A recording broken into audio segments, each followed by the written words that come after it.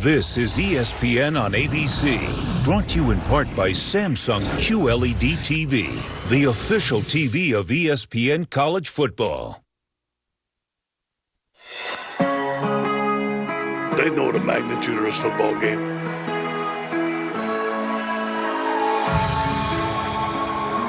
Two incredible programs competing at the beginning of the season. What more could you ask for?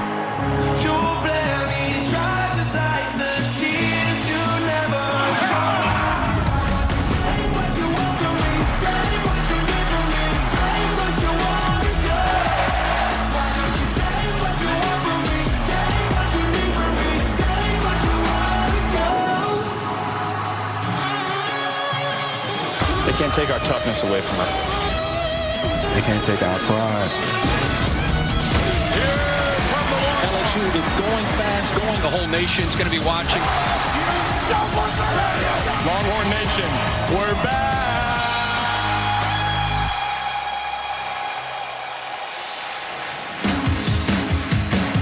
Welcome to Saturday Night Football on ABC, presented by Wells Fargo. Tonight in Austin, the temperature has been soaring. So too have the emotions and the anticipation as number 6 LSU comes rolling in to take on 9th-ranked Texas. These two don't play very often, haven't played in nearly 17 years, but they share enough old high school battles. They share a border recruiting territory that, well, things got a little animated in pregame.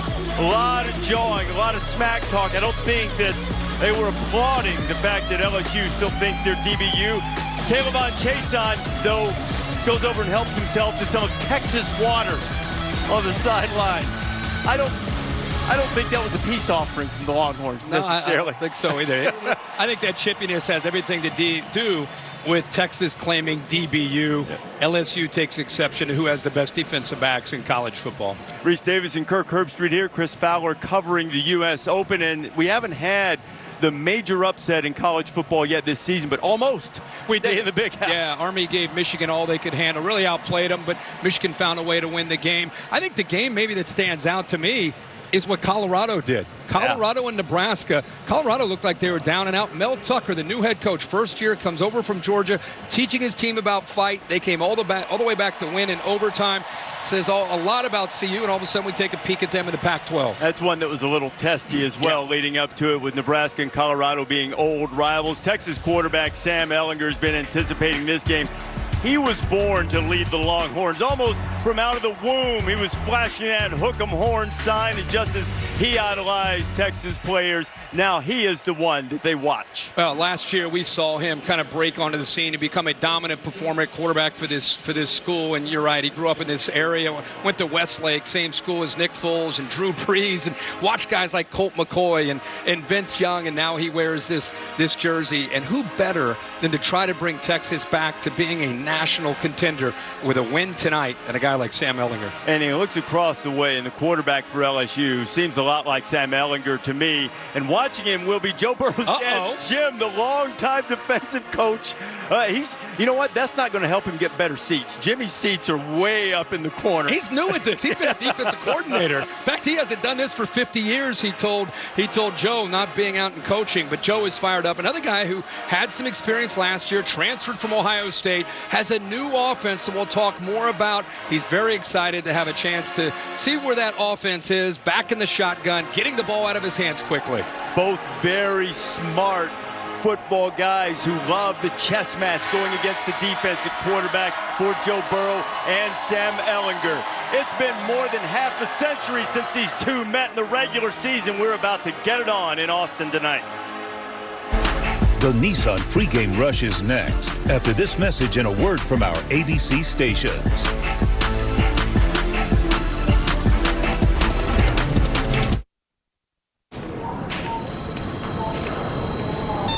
It all feels like gold. Gold to me. Might not be a diamond, but it shines for me. It all feels like gold. Gold to me.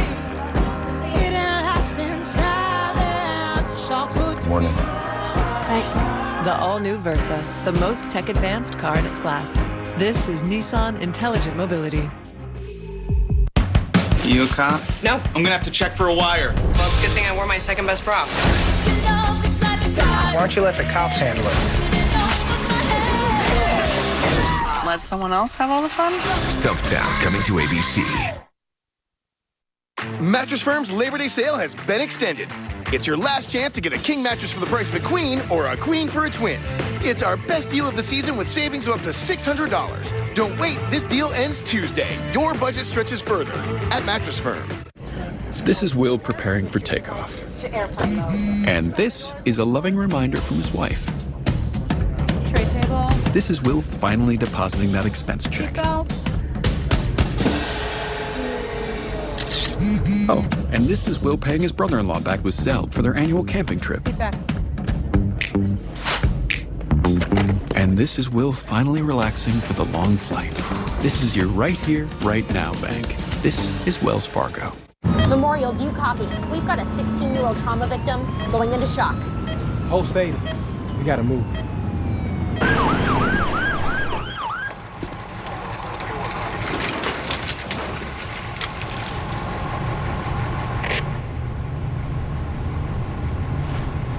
Imagine if the care we needed wasn't there when we needed it most. Remind Senator Warner that government rate setting could mean closed hospitals. It's not the answer for surprise billing. Mattress Firm's Labor Day sale has been extended. Save up to $600 store-wide. Plus, it's your last chance to get a free adjustable base with your mattress purchase of just $4.99. Don't wait, these deals end Tuesday. Your budget stretches further at Mattress Firm. The shutdown is almost over. What you can expect Monday at 6. The College Football Playoff lives on ESPN.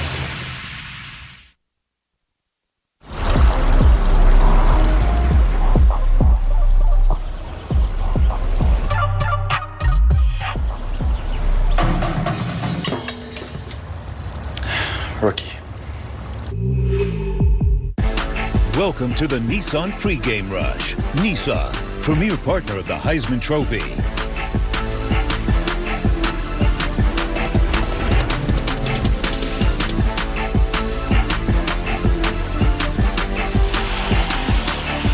Closing in on kickoff here in Austin, Texas, and LSU, a top 10 showdown on Saturday night. Kickoff temperature expected to be right at triple digits, and this has not discouraged the fans in the least, even starting with College game day early this morning. Look, we're going to see LSU, and they're going to look familiar in those uniforms and the helmets that we know so well, but what they do on offense is not going to look like LSU. No, we're fired up to watch this. Steve Insminger is the offensive coordinator. He still calls the plays for LSU tonight. He'll be upstairs. What's different is Joe Brady comes over from the New Orleans Saints. He was obviously learning a lot from Sean Payton, Drew Brees, but before that, Joe Moorhead at Penn State. He's only 29 years old, but he brings a very diverse attack, and he has a veteran quarterback in Joe Burrow. Biggest thing you're going to see is they're going to be in shotgun, and look at the receivers. Last time you watched LSU, where they have 5 receivers out, where they're trying to get their athletes in space, trying to make plays. The run-pass option, see top right, RPO game. So Joe is going to read the safeties on plays, especially in the red zone. That safety gets a little greedy, gets down, wants to make a play. They'll go right behind him, have a chance to hit one-on-one with their receivers against the Texas defensive backs. And as we said, LSU in the past,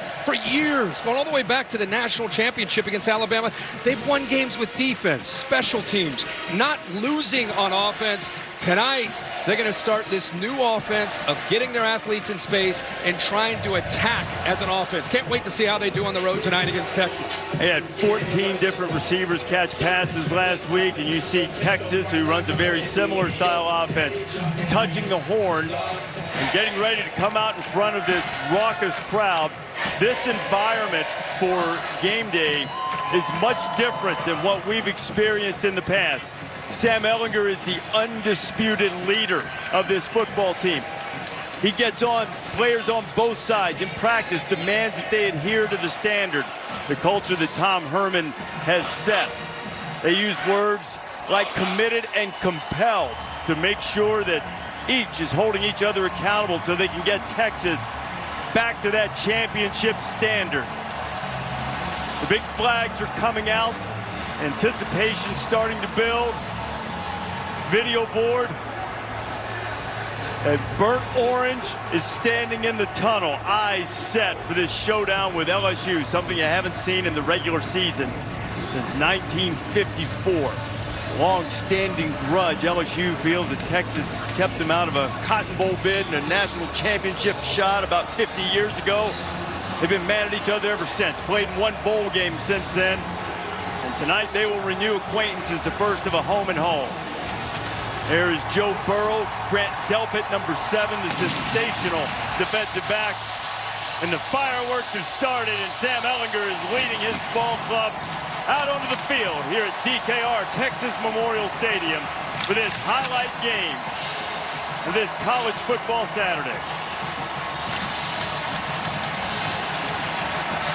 This has been the Nissan pregame rush. Kickoff from Austin between Texas and LSU is coming up next, and now a look inside Nissan's Heisman House.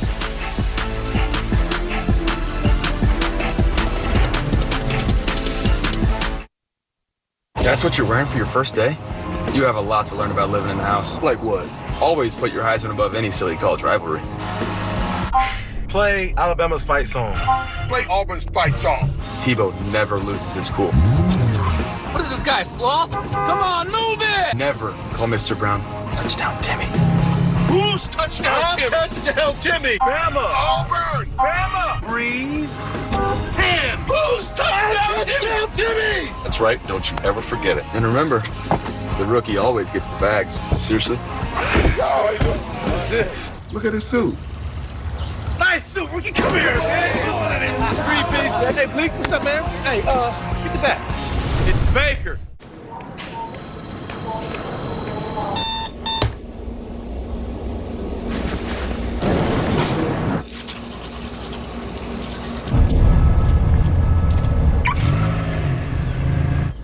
It all feels like gold.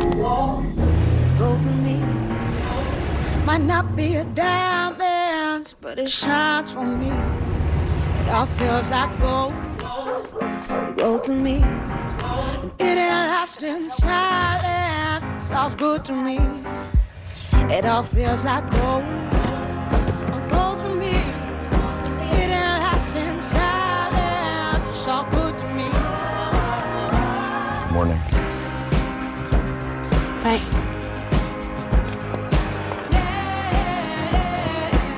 The all-new Versa, the most tech-advanced car in its class. This is Nissan Intelligent Mobility. In 1979, Jiffy Lube changed everything by providing the first convenient oil change service. Seriously? 4 decades later, Jiffy is changing everything again, offering services that are fast and convenient using manufacturer recommendations. Jiffy Lube, you can do more in a jiffy. Make a date with Popeye's 2 can dine for $10. Just find someone as special as my chicken and share 5 pieces, 2 sides, and 2 biscuits for just $10. You're gonna fall in love with my 2 can dine for $10 deal.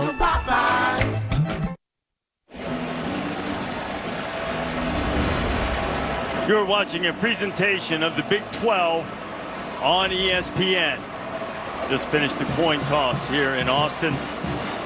LSU won and deferred. Texas will get it first. Well, here's the good news, Kirk. It's not quite 100.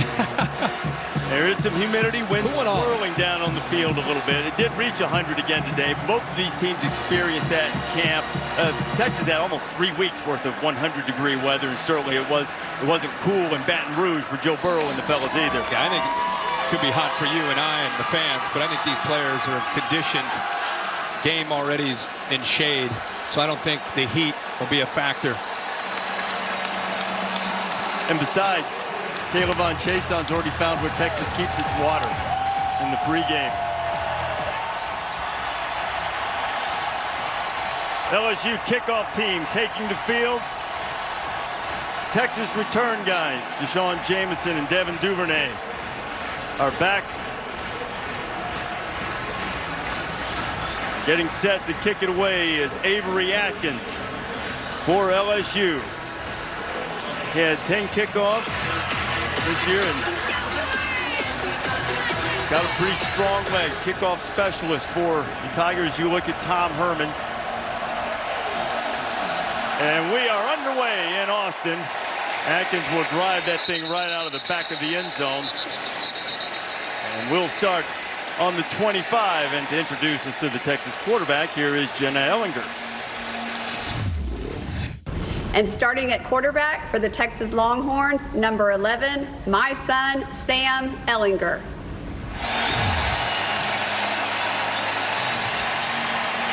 Here's Sam.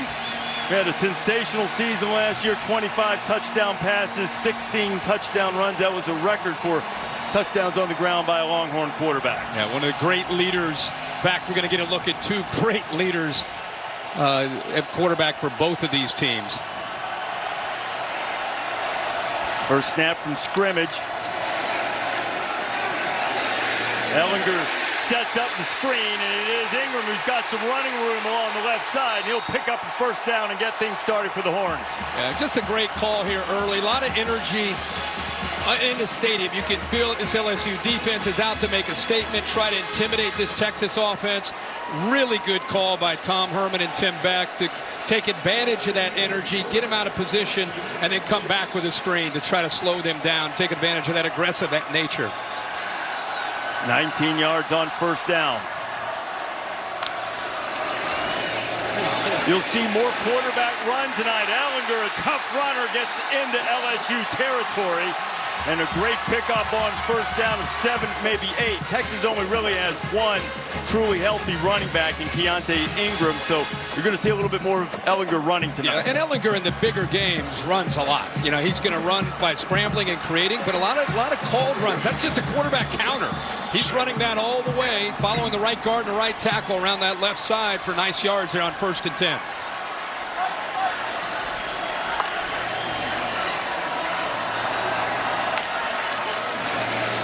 Second and 2. Ellinger with a down to play with. Takes a shot deep, and he overthrows Brennan Eagles, who had a big opening night with a couple of touchdowns against Louisiana Tech. Terry Vincent on the coverage.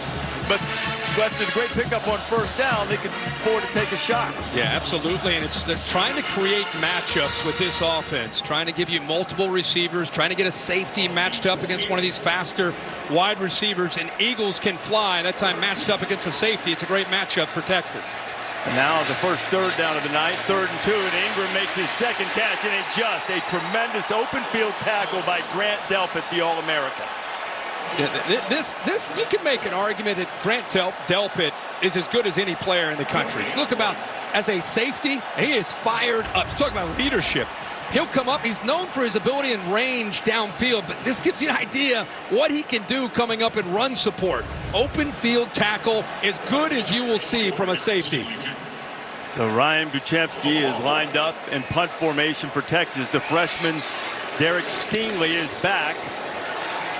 Stingley signals for the fair catch, lets it go over his head, and Buchevsky deadens it nicely just inside the 10-yard line. So LSU now has the ball, a long field in front of them, and let's meet the Bayou Bengal quarterback. Starting at quarterback for the LSU Tigers is my son, number 9, Joe Burrow. Go Tigers. And there is Jimmy Burrow, for a long time a defensive coach. Played at Nebraska, has been with Frank Solich at Ohio U for a number of years, but wanted to step away from coaching and watch his son play. And boy, did Joe have a great week last week. 5 touchdowns, only 4 incompletions in the debut of this new offense. They'll keep it on the ground. And a pickup of a couple for Clyde Edwards-Helaire as we take a look at tonight's Chick-fil-A impact players. LSU's going to have to make plays on the perimeter. Need big-time playmakers. Chase, number 1, maybe the most talented receivers. Thaddeus Moss, the tight end, and son to Brandy Moss, 81, will get involved. You also see us on the defensive side, Osai is an outstanding linebacker who's got to be able to make plays as an inside linebacker, but also as a pass rusher. Clyde Edwards-Helaire, the junior from Baton Rouge at running back now. LSU played 5 running backs in the opener, and they have confidence in all of them, so they'll keep those running backs fresh. They're also good in the passing game. All caught passes. Joe Burrow can do this, much like Ellinger does, a powerful, tough runner, and gets up to the 20, about a yard short of the first down. We told you in the open about LSU with the 5 receivers out. Texas that time covering them, but a good job of running that time by Burrow.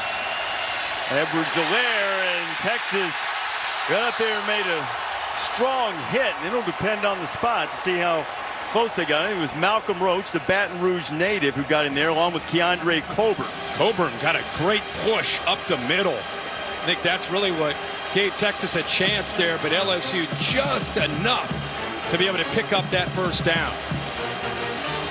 Good battle at the line of scrimmage tonight with LSU's offensive line, an area they really focused on trying to get better against this Texas, the size and the athletic ability of the Texas D-line and linebackers. Look at this Texas. Look at this LSU offense. Empty. Where's the fullback? Burrow pulls it down, and Joe will get up to about the 25, pickup of about 3 or so. See Steve Insminger on the right, offensive coordinator, been around, calls the plays. Joe Brady, the passing game coordinator, came over from the New Orleans Saints. Brought a very different approach. Steve Insminger, Coach O, very willing to accept this new approach, obviously, and they have worked very well together in developing this overall offensive scheme that the LSU Tigers are using in 2019. Jamar Chase going out to the left. That puts 4 receivers out on that side. Burrow buys a little time and completes the pass, and hit immediately is Racy McMath, Jalen Green with tight coverage. Yeah, and McMath had to try to work back off of pretty tight coverage by Green. These first couple throws, I think Texas has been hearing all they want to hear this week about Joe Brady and this new offense and 5 receivers. They're paying close attention. They've got everybody dropping, taking away those 5 receivers, forcing Burrow to run. LSU needs 2. Converted a 30 short moments ago. Edwards-Helaire spins away, has the first down. Clyde Edwards-Helaire is finally dragged down just short of the 40-yard line. Jeffrey McCulloch had a shot at him, but Clyde left him in the dust. Watch the left side here. Just close this down. Give him the edge. Thaddeus Moss, the tight end, does a nice job. You also see the receiver, Justin Jefferson. LSU going a little tempo here. Al Burrow takes a shot way down the field to the right side. Hey, he's got his man. It's Terrace Marshall. But Marshall's the receiver that LSU fans have been waiting for him to come on and become he was the #1 ranked wide receiver coming out of high school a couple years ago. And now you're starting to see in his second year the playmaking ability he can especially make downfield, but a great throw by Burrow, who is in rhythm and put that right exactly where Marshall wanted it. Picked up 38 and then back to the ground to get right on the cusp of the red zone. It'll be second down. So a lot of the throws in the opener against Georgia Southern close to the line of scrimmage, and this stretches them out a little bit going deep on that. And especially the timing of it. A little bit of tempo, trying to catch Texas napping, trying to create a little confusion or doubt with the call coming in from the sidelines from Todd Orlando. They've mixed their tempo up very nicely on this drive. Edwards-Helaire. Texas closes quickly and then knocking down just inside the 20-yard line. B.J. Foster was the first one there. I think that's the biggest difference I've seen in looking at Texas, and I know it was just 1 week against an inferior opponent, but the speed at the second and third level. They're breaking in some new faces, but you can see the recruiting efforts of Tom Herman over the last couple years. There's a lot more speed overall for Todd Orlando as a defensive coordinator to work with. Orlando's a guy who loves to create negative plays, and Texas could use one here. With the kind of pressure Orlando dials up. He gets some heat, and Edwards-Helaire can't hold it. B.J. Foster was right there. McCulloch, and the Texas defense stiffens. Well, they like to go with those bunched formations, kind of condensed formation here to try to create some doubt or confusion. But B.J. Foster sat there, waited, read it the entire time. So even if Edwards-Helaire had a chance to catch that, he's not going anywhere. This is Cade York, a freshman from McKinney, Texas. He made a couple of field goals for LSU last week against Georgia Southern. Has a chance to break the ice on the scoring from 36 yards out.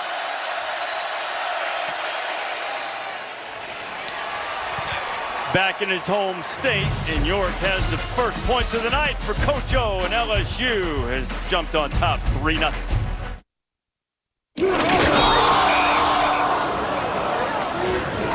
Cats down by 58.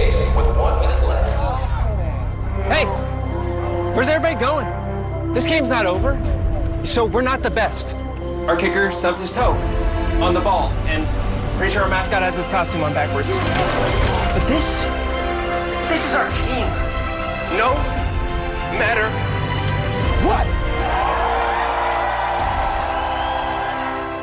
College game day and the Home Depot are a tradition, but we've never had our own fight song until now. On game day, smart is how we play. On game day. We fire up the grill all day. On game day. Do save win. Do save win. On game day. Built by the Home Depot. It's a hit. Get 2 free bags of pellets when you buy this Traeger grill. The Home Depot. More saving. More doing. What's the only place better than the stadium for football?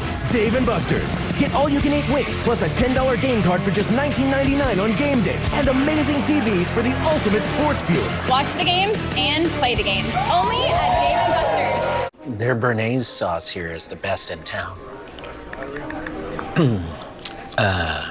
What do you do for fun? Not this. Oh, what am I into?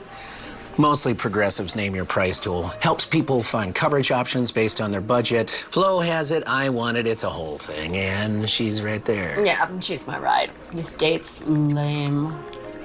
He has pics of you on his phone. No, they're very tasteful. That's what you're wearing for your first day? You have a lot to learn about living in the house. Like what? Always put your Heisman above any silly college rivalry. Play Alabama's fight song. Play Auburn's fight song. Bama! Auburn! Tebow never loses his cool. What is this guy, sloth? Come on, move it! 10! And remember, the rookie always gets the bags. Seriously? What's this? Look at his suit. Nice suit. Come here, man. Introducing the Impossible Whopper with a patty made from plants, no beef. No beef. I've never had plant taste like beef before. Tastes like a Whopper. Tastes like Whopper. Tastes like a beef burger.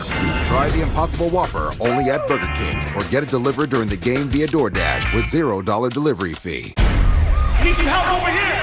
The most watched trauma in the world returns. It's not fixable until I find a solution. There's hope. Show me hope. The Good Doctor premieres Monday, September 23rd on ABC. Here in Austin, LSU on top of Texas 3-0. Maria Taylor working the sidelines for us tonight. That's right, Reese. And I just heard the message to this LSU offense, and it was basically they cannot cover us at the wide receiver position, but we're going to have to stay patient. So they're not happy that they had to settle for that field goal there. But the message that I received from receivers like Justin Jefferson throughout the course of the week is that they love the way the new offense is being run. He said every single day we're watching Saints film, I get to watch wide receivers like Michael Thomas do their job, and it's been so much fun to say that we're running a pro offense in college. Maria, I'm seeing the same thing they're seeing. It's going to be a great battle on the perimeter with those LSU receivers and those young corners from Texas. Avery Atkins with his second touchback of the night as we take a look at the Chick-fil-A impact players on this side of the ball. Texas, of course, has to have Ingram, the back, stay healthy tonight and be able to give them balance. Colin Johnson, big, tall receiver at 6'6". When he's left one-on-one, he can make plays downfield. Chason, we talked about him earlier from Houston, fired up for this game. And Grant Delpit is already made his presence felt. The leader on the back end, one of the top players in all of college football. And a great open field tackle earlier. Stop the Texas drive. And now Ingram looking for a little running room in the middle and spins off a couple of tacklers and gets up across the 30-yard line. And Texas has had some early success on first down. For Texas fans watching Ingram, you see that left brace and a bruised knee throughout camp. Tried to rest it as much as he can. They say that he's close to 100%, just continues to wear that brace to give him protection, but he's more physical, a lot faster in his second year in this offense as a sophomore. We've touched on it a bit, but they've had a remarkable run of bad luck at the running back position. Freshman quarterback Roschon Johnson is the backup running back tonight. He's really the only other guy they have healthy.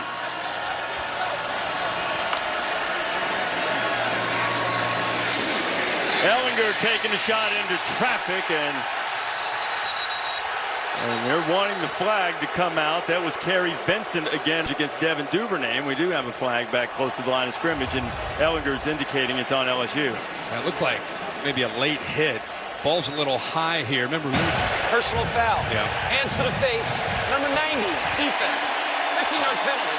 An automatic first down. He actually got into the face of Parker Braun, who was trying to protect the quarterback, and Lawrence is the leader, one of the top players on this SEC defense, one of the more experienced players, but we know he's physical, but when he gets up high right in front of the referee, that's going to be called every time. Lawrence hit for 15 against Parker Braun, who's a graduate transfer offensive lineman from Georgia Tech. They've had to get Parker out of the habit of that 4-point stance and the option that he worked with under Paul Johnson, but he's a tough, hard-nosed guy playing left guard for the Horns. First down for Texas. Ellinger pulls it down, gets into LSU territory and slides ahead and picks up about 5. I'm just watching the battle because if you put a safety in the middle of the field, that's where Texas with Sam Ellinger, he's going to throw the football on the outside to Colin Johnson.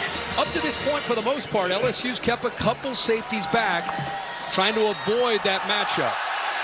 They just caught LSU's Jacoby Stevens coming on a blitz, and he was almost in Ellinger's pocket by the time the ball was snapped. So with 5 yards against LSU. Offside. Number 3, defense, unabated to the quarterback. 5-yard penalty, second down. So go from 2nd and 6 to 2nd and 1. And that's Christian Fulton, one of LSU's standout cornerbacks. Fulton and Colin Johnson got tangled. Crowd's actually reacting, but I don't think this was intentional by Fulton at all. They just ran into each other. You can see they both went down. Fulton taking the worst of it, still on the ground. LSU medical staff out attending to Christian Fulton. While they do, we'll take a break. This is the Averys. This is the Averys trying the hottest new bistro. Wait, and the hottest taqueria? And the hottest, what are those? Oh, pierogies. And this is the Averys wondering if eating out is eating into saving for their first home. This is JC. Welcome to Wells Fargo. How may I help? Who's here to help with a free financial health conversation. No strings attached. This is the Averys with the support they needed to get back on track. Well done, guys. This is Wells Fargo. At Zaxby's, we don't make salads. We make Zalads with all fresh ingredients, made just the way you want it, right when you want it. We call it handmade to order, and it's only at Zaxby's. It's like I'm waking up, yeah. That blue is in the sky, and with you I feel free. Book now and enjoy free unlimited open bar and more. Norwegian Cruise Line. Feel free. Lower carbs, lower calories, higher expectations. The light beer you've been waiting for has arrived. I'm a tailgater tailgating to get to my tailgate. Now, it might not get me there any faster, but hey, it gets me ready for football. Let's tailgate. I can't go anywhere. But you're so busy watching me tailgate that you don't see the one in front of you. And your cut rate car insurance, it might not pay for this. So get Allstate and be better protected from mayhem. Like me. At Midas, with every oil change, you get a free tire rotation. Makes you feel like a king. Oh. King for a day. Well, maybe not the whole day. Whoop, hey, whoa. Our $19.99 or $49.99 oil change includes a tire rotation. Saturday Night Football on ABC is presented by Wells Fargo. This is a commitment to better banking. This is Wells Fargo. And in part by Nissan, premier partner of the Heisman Trophy. Nissan Heisman House here in Austin this weekend. There's Ricky Williams and Neil Everett. Ricky won the Heisman, Neil did not.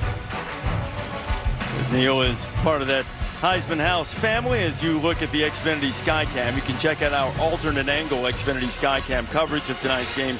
It is streaming live on the ESPN app. We were just talking earlier about them keeping a couple safeties back, and you can see them back here. That's to protect themselves of trying to avoid that vertical throw by Sam Ellinger. And Maria told us that LSU retaping Fulton's right ankle, and they reach into the bag of tricks, and now Ellinger is going to be a receiver, and Sam Ellinger catches the pass and has a Texas first down. I love the Duvernay, who has great speed, but the ball flying through the air is going to go faster than him running. He had the option to take off. Good job by the lineman not getting downfield, and he just flips it out there to the athletic Ellinger to be able to make a nice play for a first down. Now the look to keep LSU honest. Ellinger going up top, and they're going right after Cordell Flott, who replaced Fulton, and Brennan Eagles has it. Yeah, they went after the freshman, Scott. We just kept talking about safeties on the hash to protect. This time, they're not able to do that. Flott is there, but because of the long arms and the ability to adjust back, Eagles makes a great play on the football, and the young freshman, Flott, gets exposed there early. 28-yard pickup makes it 1st and goal. Ellinger has it batted down and almost picked off. Rashard Lawrence got a big hand on it. Well, what we're starting to see on that left side is 90's a problem. 90 in white is starting to get penetration. And he's not doing it necessarily with quickness, just raw power, pushing him back into the backfield. Ellinger, this is what he does in the red zone. The tough runs. Ellinger inside the 5 and finally knocked down Caleb Chason among those on the tackle. I'm always amazed when you watch Ellinger in this area. Defenses know it's coming, but give the Texas offensive line a lot of credit. There was a great surge on that right side, pushing the LSU defense back. Ellinger, it's like he wants to throw it, and now he'll just throw it out of the back of the end zone. Applying the pressure was Chason. We keep talking about Ellinger and talking about a comparison, and his own coach has talked about it. Coach O has talked about it. But to me, the Tim Tebow comparison, especially down here, is a very fair comparison. 4th down, and the offense is staying on the field. 4th and goal. Got Cade Brewer in the lineup. Also, Reese Lato, tight ends. Ingram in the backfield. 4th and goal. Ellinger to wide open zone. He dropped it. They had the right play drawn up, and Keontae Ingram couldn't haul it in.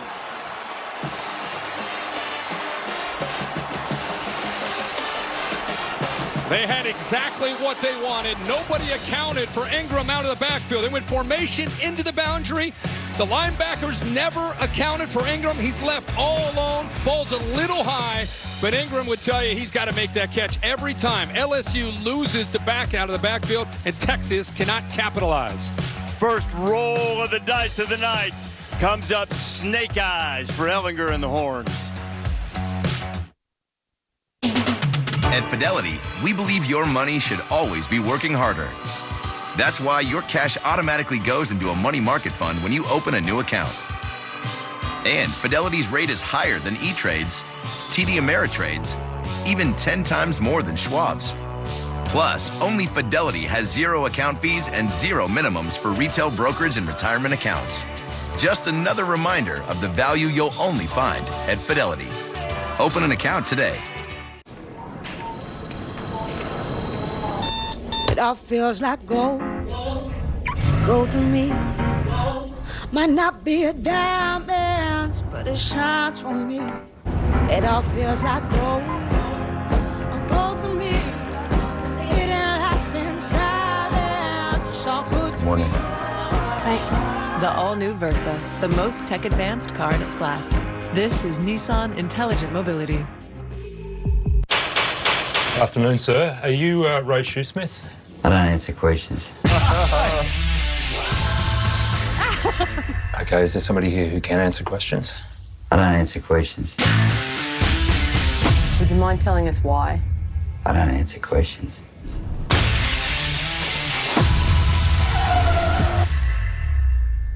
See ya. Mr. In Between, season premiere on FX.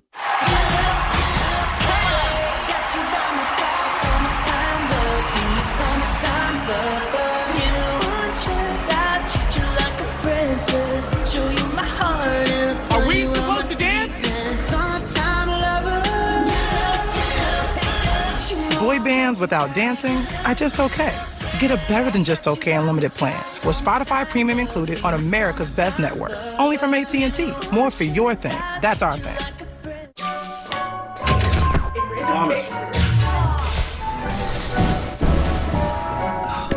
Problems. Nobody likes problems.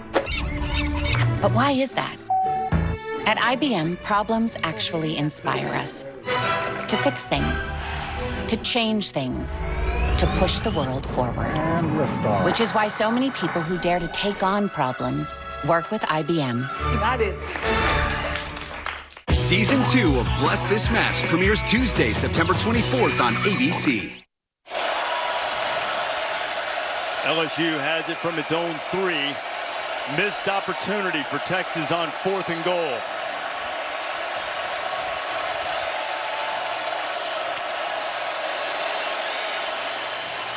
Burrow from his end zone taking a deep shot. I wanted to try to get a little space with Justin Jefferson. Texas on that 4th down went tackle over right here with Cosme. You have the H back here as well. Everything tells you QB run. That's what LSU's anticipating, but if they go the other way with the throw back to the tailback who is open, nobody there to account for him, and Ellinger just feels like, oh my gosh, got to shake that off. Don't know that you would call it a bright side, but at least they have LSU backed up for the moment. Edwards-Helaire is greeted by Malcolm Roach, and not much doing. Fired up is Malcolm Roach, Baton Rouge native, leader, captain. They call him the glue of this defense. Look at him just pushing himself around, throwing offensive linemen around. Dekulis that time, the right tackle, going head-to-head with 32. 3rd and long, deep inside their own territory.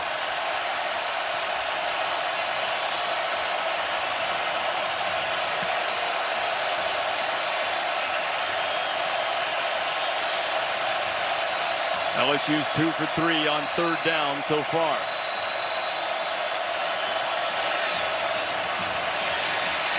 Burrow has it tapped out, intercepted. Joseph Osai has it, and Texas is set up right back on the doorstep. That's a great effort up front by Texas in the defensive line. McCulloch also does the job of getting his hand on the football to knock it loose. Watch 23 right there. Ball goes up in the air, and the eyes are on the football. Osai makes the play and almost takes it into the end zone. So they call that their cowboy package. They put 8 defensive backs on the field, and a nice job of getting a hand on the ball by McCulloch. And just the awareness of that Texas defense on 3rd down and thinking about the football, and Osai comes up with that big interception, and Ellinger and the offense back on the field. Osai had a pick 6 called back last week. He had another interception that counted, so he's been all over the place, and man, he has Texas set up now to try to get on the board and atone for the missed opportunity a few plays ago.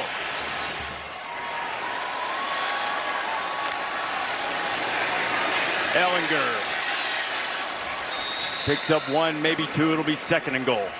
He told us he dropped 3% body fat yesterday.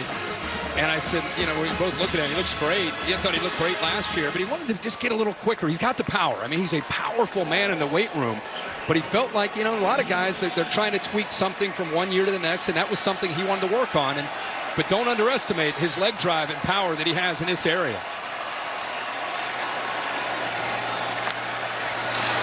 Ellinger, counter, going back, looking, straining.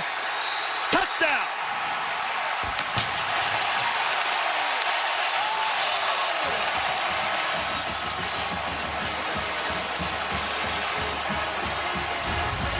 He's a 550-pound squat guy, which tells you when he gets into this position right here, he's not going to let up. Oh, they're going to take a peek at that. Yep. The right knee actually touched about at the half-yard line.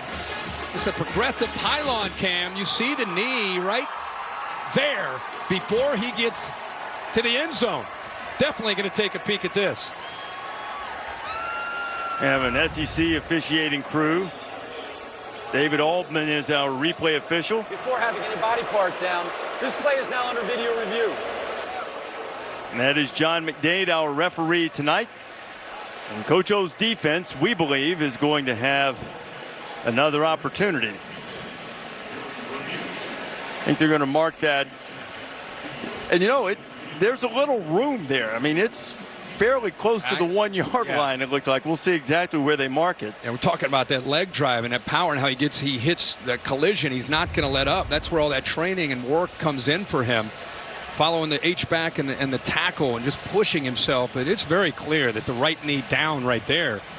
It's, you know, maybe inside the one, maybe on the half-yard line, possibly. He's almost straight up. I think they'll mark it just inside the one where it will be 3rd and goal. Yeah. Dave Kataya telling us it's going to be the half-yard line. That's being generous, Dave, if they give him the full half-yard there.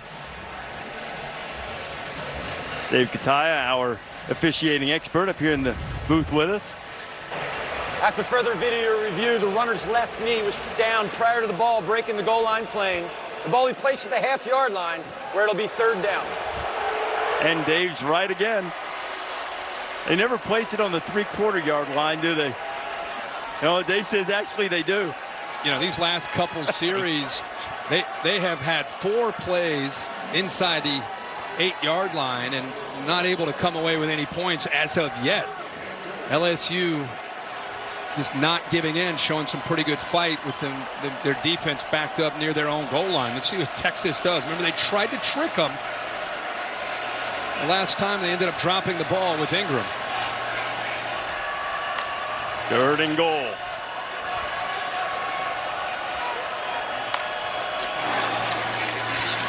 Deontay Ingram denied. If anything, he lost. And he lost. Well, the football's loose, but the official is coming in. Yeah. I believe they're going to mark it dead. Yeah. And a 4th and goal's coming. This LSU defensive line just submarines Texas. And these short yardage goal line situations, it's about which of the lines gets off the ball quicker. See LSU, see the penetration by them. They get lower and they get off the ball quicker. That allows that next level of linebackers and safeties to be able to submerge the ball carrier. And he lost yards there, or lost maybe a half a yard there. There's Patrick Queen coming in there. So Texas, it's 2nd, 4th and goal opportunity of the 1st quarter. Ellinger going right, being chased, not much room, and LSU stops him again. It was Queen and Glenn Logan. Yeah, but you also have to see, before you get to Queen, you got to look at this defensive line. You talked about Logan.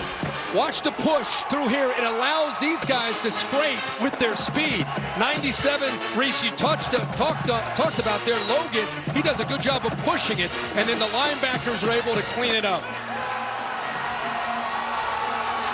So many times we've seen Ellinger have success in these red zone situations, but the Bayou Bengals were swarming, and Coach O loves him some defensive line play. 8 plays now from the 8-yard line or closer, and no points for Texas. So LSU takes over again inside its own 5. They tried a deep shot out of the end zone last time on the first play. Blitz coming, quick pass this time out to Justin Jefferson. Jefferson getting a little breathing room, and it's knocked down just short of the 1st down. Pickup of 9, Caden Stearns on the stop. It's 8 plays, 8 yards, or 8-yard line or closer, and just no points. I like Tom Herman being aggressive. He's at home. He's got this crowd. Why not take those chances? But give LSU all the credit. And you can say whatever you want. He had a drop pass for a touchdown. I get that. But LSU deserves credit. Playing on the road, backs against the wall, playing and showing a lot of fight, especially up front on that defensive line. On the drop touchdown, Kurt, they got him to 4th down, too, so certainly they deserve the credit for it as Edwards-Helaire is greeted and slips a tackle and gets away from the normally sure tackling Brandon Jones. He picks up some yards across the 20. That is textbook on how to get off a block, a stalk block by a wide receiver. Jones, 19, gets off of that attempted block by Jamar Chase. And they were locked there for a while. But, man, that's the way he worked on it in drills on Tuesday and Wednesday to get off the receiver and make the play.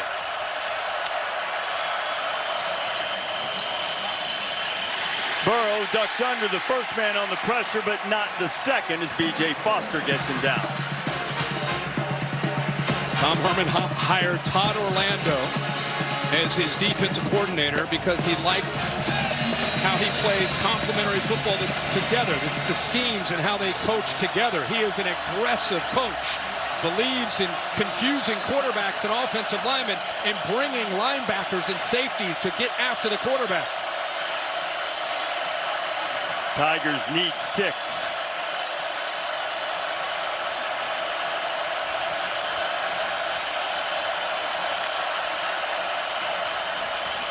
Burrow steps away from the pressure. He's got plenty of room to pick up the first down and more. And Joe, who's not much of a fan of sliding, will get out to the 35. Yeah, but when you bring all your linebackers and there's nobody there to account for the quarterback, he's going to get to the outside. Everybody's playing man-to-man. Somebody's got to be there to spy the quarterback, or because of the speed and the awareness of Burrow, he saw that. He saw the inside blitz, and he thought, is anybody going to come with me? Right away, he saw nobody was with him. Easy to pick up the first down there on 3rd down. That's 16 yards on 3rd and 6. And man, oh man, the score's 3-0, but we've had some action here. The end of the first quarter here in Austin. We'll be back after this message and a word from your local ABC station. The super big Samsung QLED TV is made for football.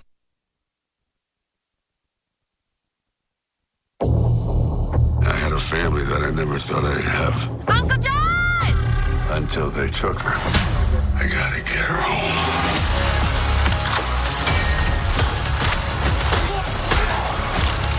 You must really want this girl. I'm gonna hurt you real bad. Death is coming. Rambo, rated R, September 20th. All right, Brad, once again, I have revolutionized the songwriting process. Here we go. I know I can't play an instrument, but this is my forte. Obviously, for auto insurance, we've got the wheel route. Obviously. Retirement, we're going with a long-term play. Makes sense. Pet insurance. Wait, let me guess. Flea flicker. Yes. How'd you know? I'm studying my playbook. Yeah, actually.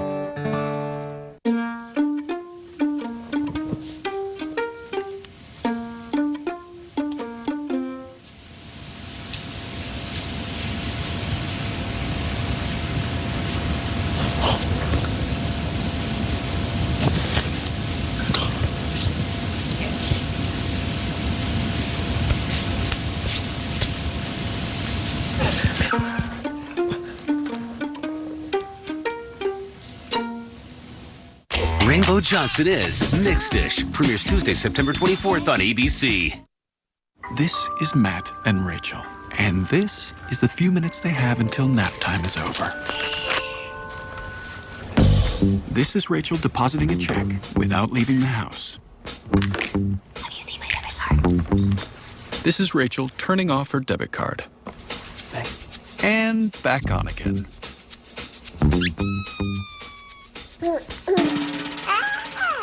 This is your right here, right now bank. This is Wells Fargo.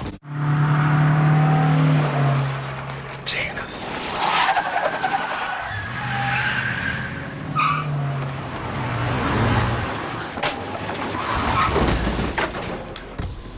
What's up, Doug? Hi, Cheryl. What got into you? At Sunoco, we know how to fuel peak performance. We've been doing it for American racing for over 50 years. Fuel your best. Good Morning Washington's Bust Out Forecast, helping you prepare your child for the day ahead. Grab the umbrella, you're going to need it this afternoon. Weekday mornings only on ABC 7. The shutdown is almost over. What you can expect Monday at 6. A plane crashed on the beach. No survivors. She doesn't have a scratch on her. Do you think I crashed that plane? Emergence premieres September 24th on ABC. Sun's starting to go down in Austin. Welcome back to Saturday Night Football on ABC, presented by Wells Fargo. I want to go back to something Maria Taylor said she heard on the sidelines. The LSU receivers saying they think they can win on the outside. This feels like LSU eventually is going to take another shot. Need to try to stretch this field with Texas leaving their young corners on islands. Texas had a couple of opportunities. LSU stopped them on downs and goal-to-go situation twice. Burrow wanting to take a shot, but he didn't have enough time. B.J. Foster was there to wrap him up. It sure looked like he was thinking about maybe going downfield. He was trying to look for the deep post to his big, tall receiver, Marshall. Just good coverage downfield. You know, he had to just pump one extra time, and by then, you could see that defense from Texas getting into him, led by Foster. A lot of people might be wondering, why is he clapping and then looking over? What he's trying to do with the clap, it's almost like a dummy clap, trying to get Texas to tip their hand, for the coaches on the sideline to see the play and then make a call that could maybe work against that coverage. Option look, the pitch to Leonard Fournette, and Fournette is knocked down in the backfield. Jeffrey McCulloch, who's been active early. But McCulloch has been all over the place. We talk about the speed of this defense. Watch them move at that second level. Watch how quickly they're able to get off blocks. It puts a lot of pressure on Sadiq Charles, the left tackle. He's being asked to get up to McCulloch and make that play while he's coming downhill with a lot of speed. That's a tough ask of a left tackle. Charles didn't play in the opener. Suspended, or what Ed Ogeron termed, something handled in-house. He couldn't handle McCulloch on that last play. 3rd and 18 facing Burrow.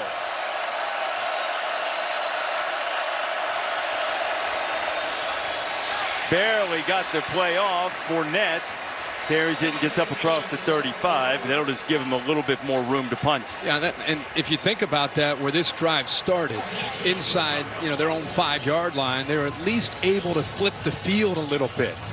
And they got 33 yards, and they're all the way out to the 36. I mean, they were starting at their 3-yard line. So a couple first downs gives them a little breathing room and puts their own defense in a better place. Zach Von Rosenberg, the 28-year-old punter, averaged nearly 52 yards per boot last time, and driving it deep to Jake Smith. And Smith, maybe perhaps dangerously for the speedy athletic freshman, scooped that thing up and didn't have far to go. But Texas will have the ball back, down 3-0 to LSU.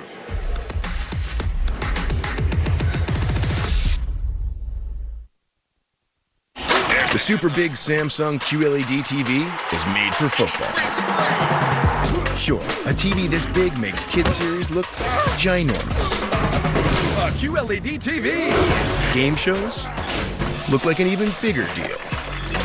And medical dramas look larger than life.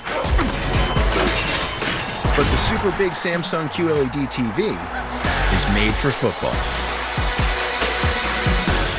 I was able to boost my FICO score using Experian Boost. Well, Experian Boost boosted my score by 33 points. Because everyone could use a little bit of boost. Boost your credit scores instantly with Experian Boost. Free only at Experian.com/boost. What kind of monster schedules their wedding on game day? We're done watching the game on our phone while you two take an entire day to say you like each other. Oh, good. The best man's winging the toast. Hey, Troy, I got a place you can wing it. It's called B-Dubs. We're going to RSVP for the chicken, keep our vows to football, and add wings, beer, and sports to our registry while dining on a buffet of football. Buffalo Wild Wings. Roar!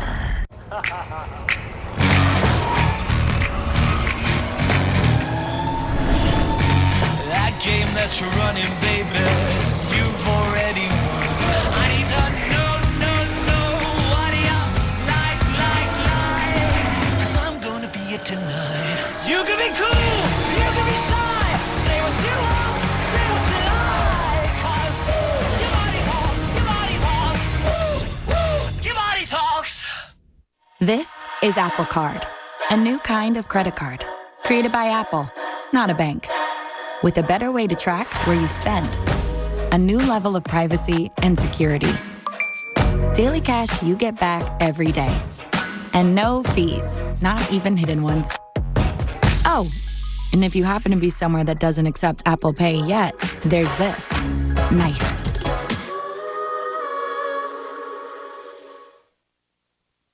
Others can bring food to your door, but can they deliver high fives, create mini stampedes, or bring you instant hero status? McDonald's delivers something more. Delivering happy.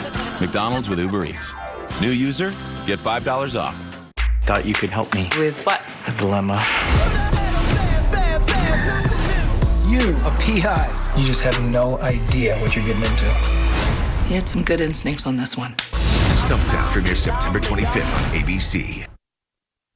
As much as Texas wants to be able to throw the ball with Ellinger and run with them, they need a night from Keontae Ingram. He's off to a bit of a slow start, drops his short touchdown. Not able to really get on track running the ball. Give credit to LSU's defense. That time it was Patrick Queen stop. Again, you can see on the sideline, a little frustrated. Only has a couple, 2 carries for about 7 yards so far in that drop pass. So slow start. Long way to go, though. He had a big catch on the opening play, but he's taking a break now. And the erstwhile quarterback, Rashawn Johnson, getting his first carry and showing good running skills as we check in with Maria. Well, Kirk, you mentioned that frustration. When Ingram came over to the sideline, he slammed his helmet down and started walking back and forth. And eventually you could see his teammates crowding around him, wide receivers like Brennan Eagles telling him, hey, keep your head in it. At one point, he actually grabbed his head and said, stay in it. Back to Johnson again, and Rashawn Johnson, who started coming in as a quarterback from a run-based offense, and they're really working on overhauling his throwing motion, but he's strong, he understands pass protection, and he's certainly athletic enough to run. And if you're keeping score at home, they've had a number of injuries. He was a quarterback from spring football all the way until 2 weeks ago. Last time he played running back, 5th grade. So when you're watching him, think about that. Last time he's a running back, it's 5th grade. He's out here playing against LSU after 2 weeks of practice. The first down picked up by Johnson, and Ellinger misfires. He had an open receiver. It was Jake Smith. So, Kirk, you were talking about, and we were talking about the running back depth chart, and this is it. Rashawn Johnson and then Benda, who was moved from linebacker. They are missing Jordan Whittington, a freshman they were very high on, who had a torn adductor muscle, and he'll be out several weeks as he went to Philadelphia specialist Dr. Bill Myers to get that fixed up, best in the business, so he'll be good as new once he heals. But, in the meantime, the Horns aren't deep there. No, Daniel Young, Darian Brown, Jarrett Smith, I mean, they just cannot stay healthy there, so they've had to move some guys that play other positions, a quarterback and a linebacker, to get some depth behind Ingram. Colin Johnson's brother's running back. He's banged up as well. Ellinger throws underneath. He completes it to Eagles, and Brandon Eagles is hit short of the 40-yard line. Takes a big hit there. Michael Divinity was in on the tackle, and it'll be 3rd down. That's the best thing you've seen today. What a setting here in Austin. A couple years they'll finish the end zone project in 2021. It's about as beautiful of a stadium as you'll see in the country. And it is going to be spectacular when they finish. They've overhauled the entire game day experience here in Austin. Texas hasn't converted a 3rd down tonight. This would be a very good time for the people in Burnt Orange, and they do. A catch and immediately hit is Cade Brewer, but he got enough for the 1st down. Jacoby Stevens bringing the lumber, but the chains will move. Yeah, that's where as a tight end, you know you're about to get hit. The safety knows you're running right to the 1st down sticks. He gets a running start. Stevens just unloads into Brewer, but he holds on to it. Ellinger taking a deep shot for Johnson. Colin Johnson is out there. Did he hold on to it? Yes, he did. I think Stingley got it. Oh, did Stingley get it? My apologies. You're right. Well, they're discussing things right now. The two officials are talking. The ball was, as they hit the ground. Catch by Texas. 1st down. Wow. Because, Reese, what I saw is the ball was kind of between the two of them as they hit the ground, and then Stingley, after they hit the ground, took it away. That's the one-on-one matchup Texas wants. You see how? Well, that's a tough angle there. Yeah, that might be able to see better here. That's a true freshman against a veteran, one of the top receivers in the country. A great matchup. See, that ball is loose when they hit the ground. I don't know. I just don't know if Johnson had possession when he hits the ground. And Stingley just ends up taking it away from him after they go to the ground. Simultaneous possession would go to Texas, but from the angle we saw a moment ago, that looked more like the Stingley had it. It looked like his hand is in there the entire time. Obviously, the ball's loose there. It's still loose. But there's no way. There's no way that's a possession and a catch for Texas. If anything, incompletion or an interception for LSU and Stingley. And you also have to look here and see if before Stingley got possession, did he touch out of bounds too? Does he have it before that foot goes out of bounds? This is the beauty of having Dave Kataya up here in the booth, because we could just hand it over to him and see what Dave thinks. All right, here's the interesting issue with this. Now, the rule is control with the foot down, but that ball right now is moving, and it hasn't hit the ground yet. Boy, does it hit the ground there? He hasn't hit the ground yet. Now, watch this. Let's see if it hits the ground. After video review, the ball hits the ground prior to possession by either the receiver or the defender. This is an incomplete pass. It'll be second down. Safest call. I thought it was either an incompletion or an interception. I agree. And if Johnson never really had the ball, did he? No, and if you can let that replay run a little more, I think you'll see that point of the ball hit the ground. So all of that for second down. And it sort of brings me back to the point that I made at the end of the first quarter. All of this, it's 3-0. Right. Colin Johnson is one of the best drop rates in terms of, making every catch he has the opportunity to. And Stingley was the #1 cornerback in the country coming out of high school. He has already made his presence felt for this LSU team. And they had a battle, and they'll have a few more tonight. Going to try the other side away from Stingley, and Sam's shot for Brennan Ingalls is too high. And Christian Fulton, good to see him back in the game, is on the coverage. Continue to go look for the one-on-one matchups. The safeties are the key to Sam Ehlinger on first and second down. Chason turns the corner, can't get there, and Eagles catches it and keeps his feet. Brennan Eagles into the end zone. Touchdown, Texas.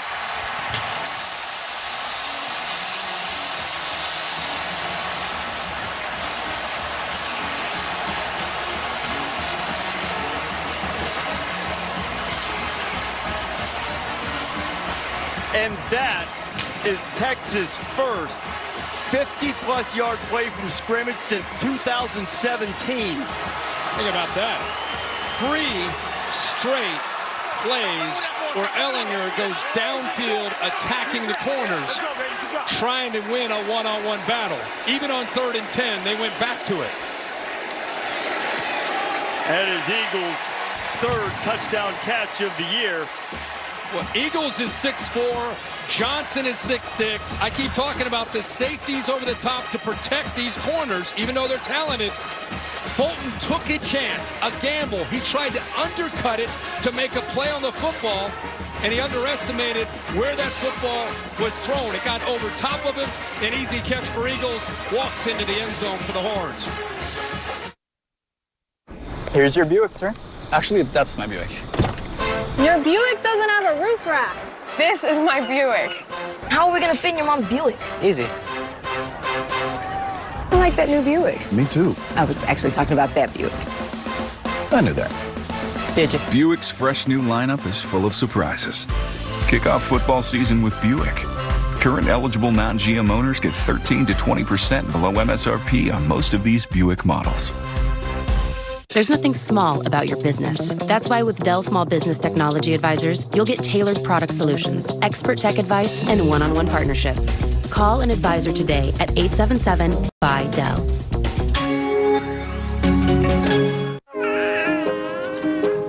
Ready? Okay. Ready, sweetie?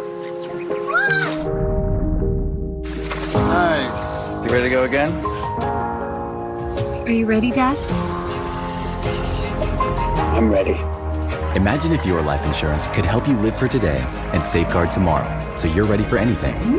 Life insurance designed to protect generations of families. That's the power of Pacific. Ask a financial professional about Pacific Life.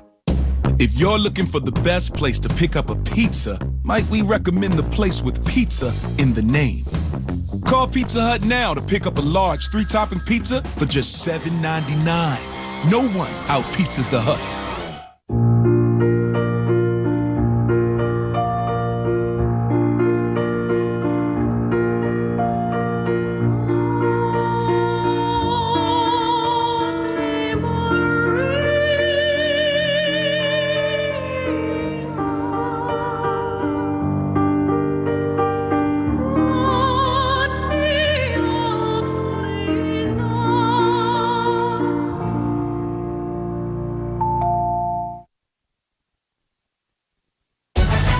Saturday Night Football, presented by Wells Fargo on ABC, is brought to you by Buick, proud partner of the NCAA.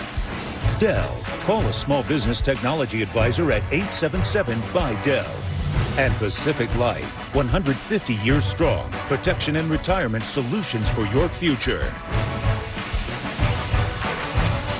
Aerial coverage from Austin tonight is provided by Goodyear, recognizing those who rise above the rest. Goodyear is more driven. Texas just got that 55-yard touchdown pass. Kirk, Sam Ehlinger, Tom Herman both said they had to win one-on-one battles, and that's it. Eagles won one there. Kick will go into the end zone. LSU's first 3 drives hadn't started it better than their own 11, so they'll be happy to start at their own 25 after that. Next week, Saturday Night Football, presented by Wells Fargo, will be in Syracuse, New York. Dabo and #1 Clemson go in to take on a team that's really given them trouble, though didn't give Maryland any trouble today. Clemson and Syracuse, 7:30 Eastern on ABC. Those last 2 years, that has been a big-time matchup. As you said, beat them a couple years ago. Last year, had them on the ropes. And now they get them back at home at the Carrier Dome. They'll need a little atonement after what happened to them. The Terrapins today. Maryland laid it on Syracuse. Clyde Edwards-Helaire picking his way and gets maybe 4. Right now, Joe Brady on the left, passing game coordinator Steve Insminger, who is the play caller and offensive coordinator, trying to figure out the best way to attack. You see what Joe Burrow will look at from time to time. Like right now, he's looking over to somebody's a live call, a couple dummy calls on a sideline. Burrow down the middle, complete for a first down, is Justin Jefferson on the grab out just across this 45-yard line.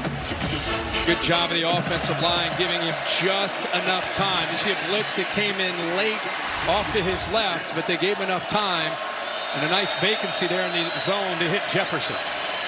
Pick up to 17, and Edwards-Helaire, if McCulloch hadn't been there, had a little running room, a short gain of 3, maybe 4. Yeah, 4 verticals, just clearing the Texas defense out and then just trying to create a little bit of room underneath to the back and see if he can make somebody miss. Trying to create space for their athletes. And LSU getting lined up quickly. New tempo-based offense. Burrow leaves it inside, and Edwards-Helaire pops out of the crowd. Glides inside the 30 and down close to the 25-yard line, and the Bayou Bengals have something brewing. You mentioned Charles missed this game last week. Watch him seal underneath and then just do enough. You know, a lot of times you don't even have to necessarily put a guy on his back. Just get in the way of a blitzing linebacker and give your back leverage and a chance to cut underneath you. Pick up to 17 and now 24 on this drive. Leonard Fournette was greeted immediately, but fought ahead for 1. There's a flag down.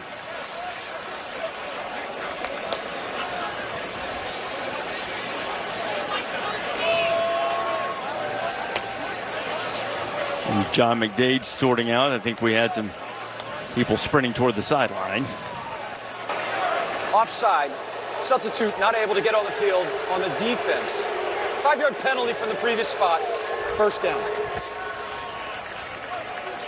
Well, Tom Herman's talking about if they're substituting, we need a chance to substitute. He's looks like he's telling the official, hey, they substituted. You need to give us a chance to be able to get on the field. The official said no, they did not substitute, and that's why Tom Herman looked like he was frustrated.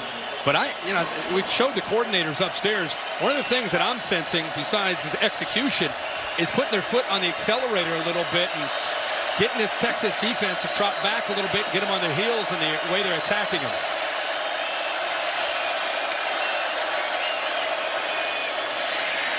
Burrow finds Jefferson again, second time on this drive, another first down, and LSU has first and goal. And when you have linebackers that are aggressive, they're coming downhill and they're getting caught up in crossing routes underneath them, it's creating a nice hole, a little vacancy behind them on crossing routes. Leonard Fournette, the brother of Leonard. A short gain on first down. A couple times we've seen him have time to throw, and he's dumped it underneath to just give those linebackers enough to think about things that could happen in front of them. So now their eyes between the running game and the short passes, they're getting up, and he's looking over to get confirmation on the play call. But he's finding that nice hole there to Justin Jefferson a couple times to pick up big chunks of yards. 7th play of the drive coming on 2nd and goal. Burrow still has it, firing into traffic, and it falls to the ground. Brandon Jones almost had a chance to pick it off. Yeah, he's trying to move the safety 7. Stearns with his eyes takes a chance throwing that ball back into coverage, and he's lucky that Brandon Jones, the veteran in the back end of Texas's defense, doesn't come up with a pick. See, he moves 7 enough, but 19 he underestimates, and nice job of extending, laying out. Ball's thrown a little behind. Jones almost comes up with a pick. So now this is the end of the field where people have had trouble getting into the end zone. Texas has stopped on downs twice on this end. Right in front of the student section, too. Burrow fires, and it's caught by Justin Jefferson for the touchdown. How fitting. Twice, we just talked about how they're getting the ball to Jefferson behind the linebackers. Why not try it again? Watch the linebackers unaware of what's behind them. Unaware, see that big hole? 3rd time on this drive. They've been able to locate between the linebackers and the safeties. There's a good look at Burrow's eyes. Does what he needs to do. Knows he's eventually coming back. He was trying to move 7 just enough. Stearns, and then come back and make the throw to Jefferson, who had enough room to catch the ball and then hold on to brace himself before Stearns hit him. How about Jefferson now with 4 catches for 44 yards? He was the big play man on that drive, along with the run by Edwards-Helaire, and LSU answers Texas' big play with a touchdown drive of its own. And Joe Burrow and the Tigers regain the lead at the halfway mark of the 2nd quarter.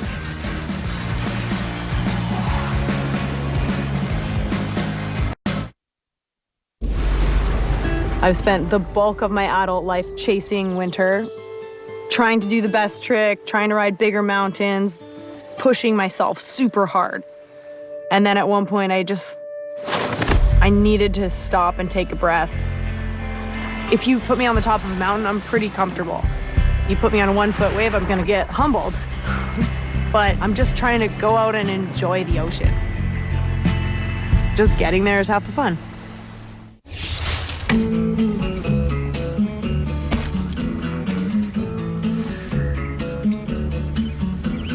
Trees swaying in the summer breeze, showing off their silver leaves as we walk by. Soft kisses on a summer's day, laughing all our cares away. College game day and the Home Depot are a tradition, but we've never had our own fight song until now. On game day, smart is how we play. On game day, we fire up the grill all day. On game day, do say when, do say when. On game day. Built by the Home Depot. It's a hit.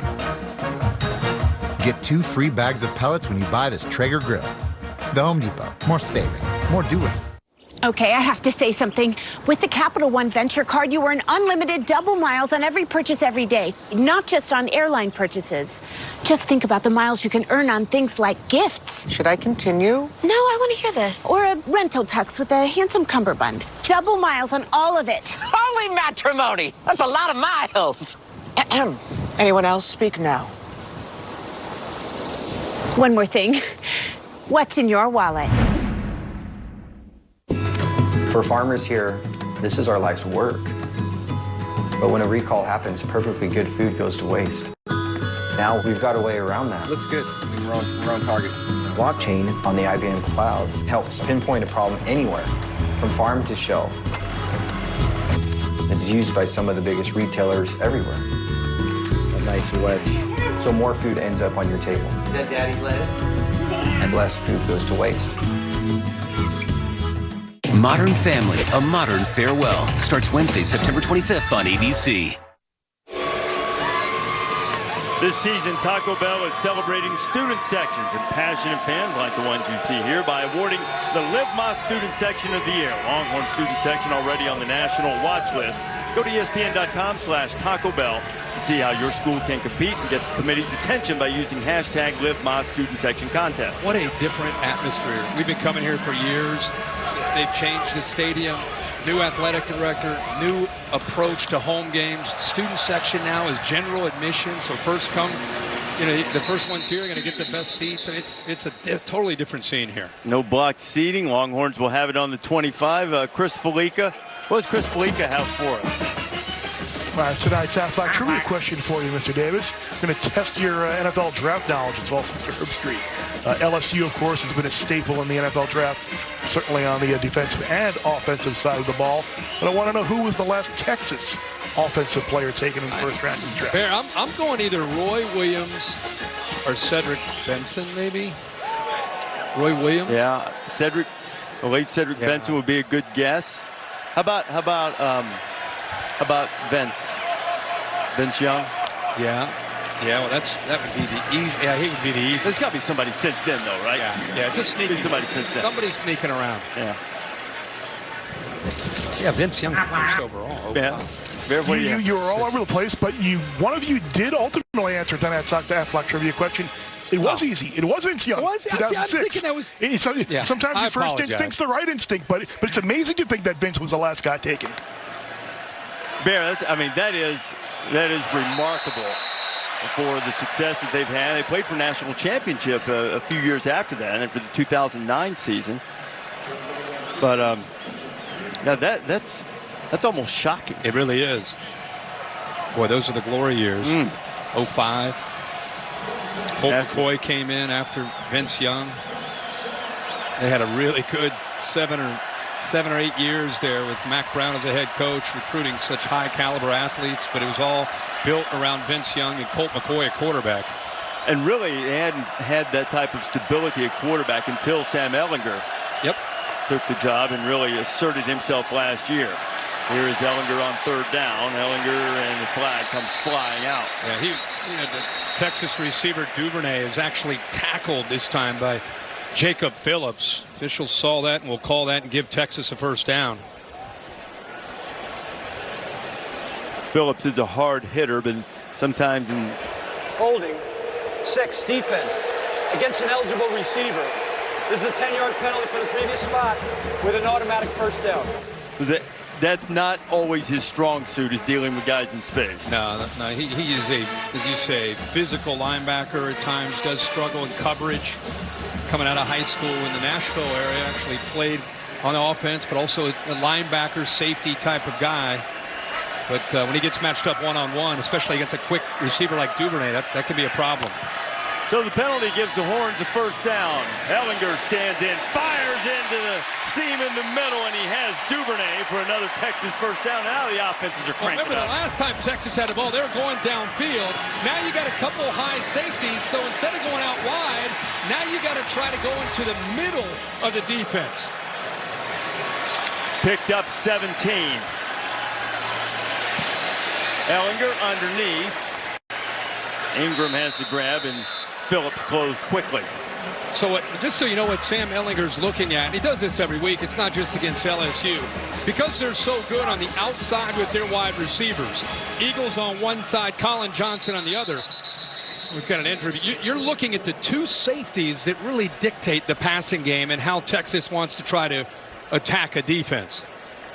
There's one of those safeties, Grant Delpit. It's Braden Fajoko, a transfer from Texas Tech, who's down on the ground for LSU.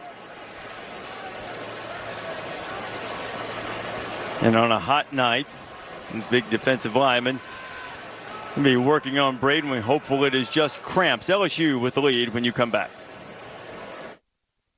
On a nurturing Fansville by Dr. Pepper. Do you know what time it is? It is 7 p.m. We crushed Tech by 40. You should be out there celebrating. Let me smell your breath. No, not a trace of Dr. Pepper. Look what you're doing to her. Why aren't you celebrating? We are. We're about to take a victory lap with the Streakers. Hey, Mr. and Mrs. Streaker. Hi, CJ. Great game, huh? Dr. Pepper, the official drink of Fansville. Count it down. Go. 5, 4, 3, 2, 1. X-Men Dark Phoenix. Buy it now and watch instantly. Here's your Buick, sir. Actually, that's my Buick. Your Buick doesn't have a roof rack. This is my Buick. How are we gonna fit in your mom's Buick? Easy. I like that new Buick. Me too. I was actually talking about that Buick.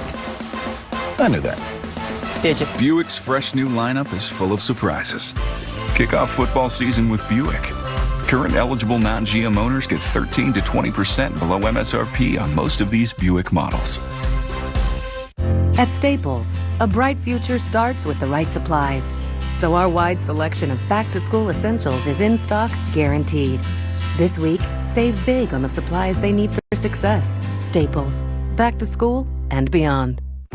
Yes, it's the first word of any new discovery. But when allergies attack, the excitement fades. Allegra helps you say yes with the fastest non-drowsy allergy relief and turn any half-hearted yes into an all-in yes. Allegra, live your life, not your allergies. Tell him we're flexible. Don't worry. My Dutch is okay. Just okay? Mm-hmm. Deze man is erg super. Tell him we need this merger. En hij heeft een knuffel nodig. Knuffel? It's happening. Just okay is not okay, especially when it comes to your network. AT&T is America's best wireless network according to America's biggest test. Now with 5G Evolution, the first step to 5G. More for your thing. That's our thing. It's the meteor shower of the decade, but you're too busy gazing at double the beef and double the layers you love. Maybe next decade. The $5 Triple Double Crunchwrap Box, only at Taco Bell. Don't forget to check out our Target Command Center coverage of tonight's game. It is streaming live on ESPN3 and the ESPN app. You can keep up with the stats, have a lot of different looks at our coverage of LSU and Texas. Texas 143 passing yards, and their main target, Colin Johnson, yet to make a play.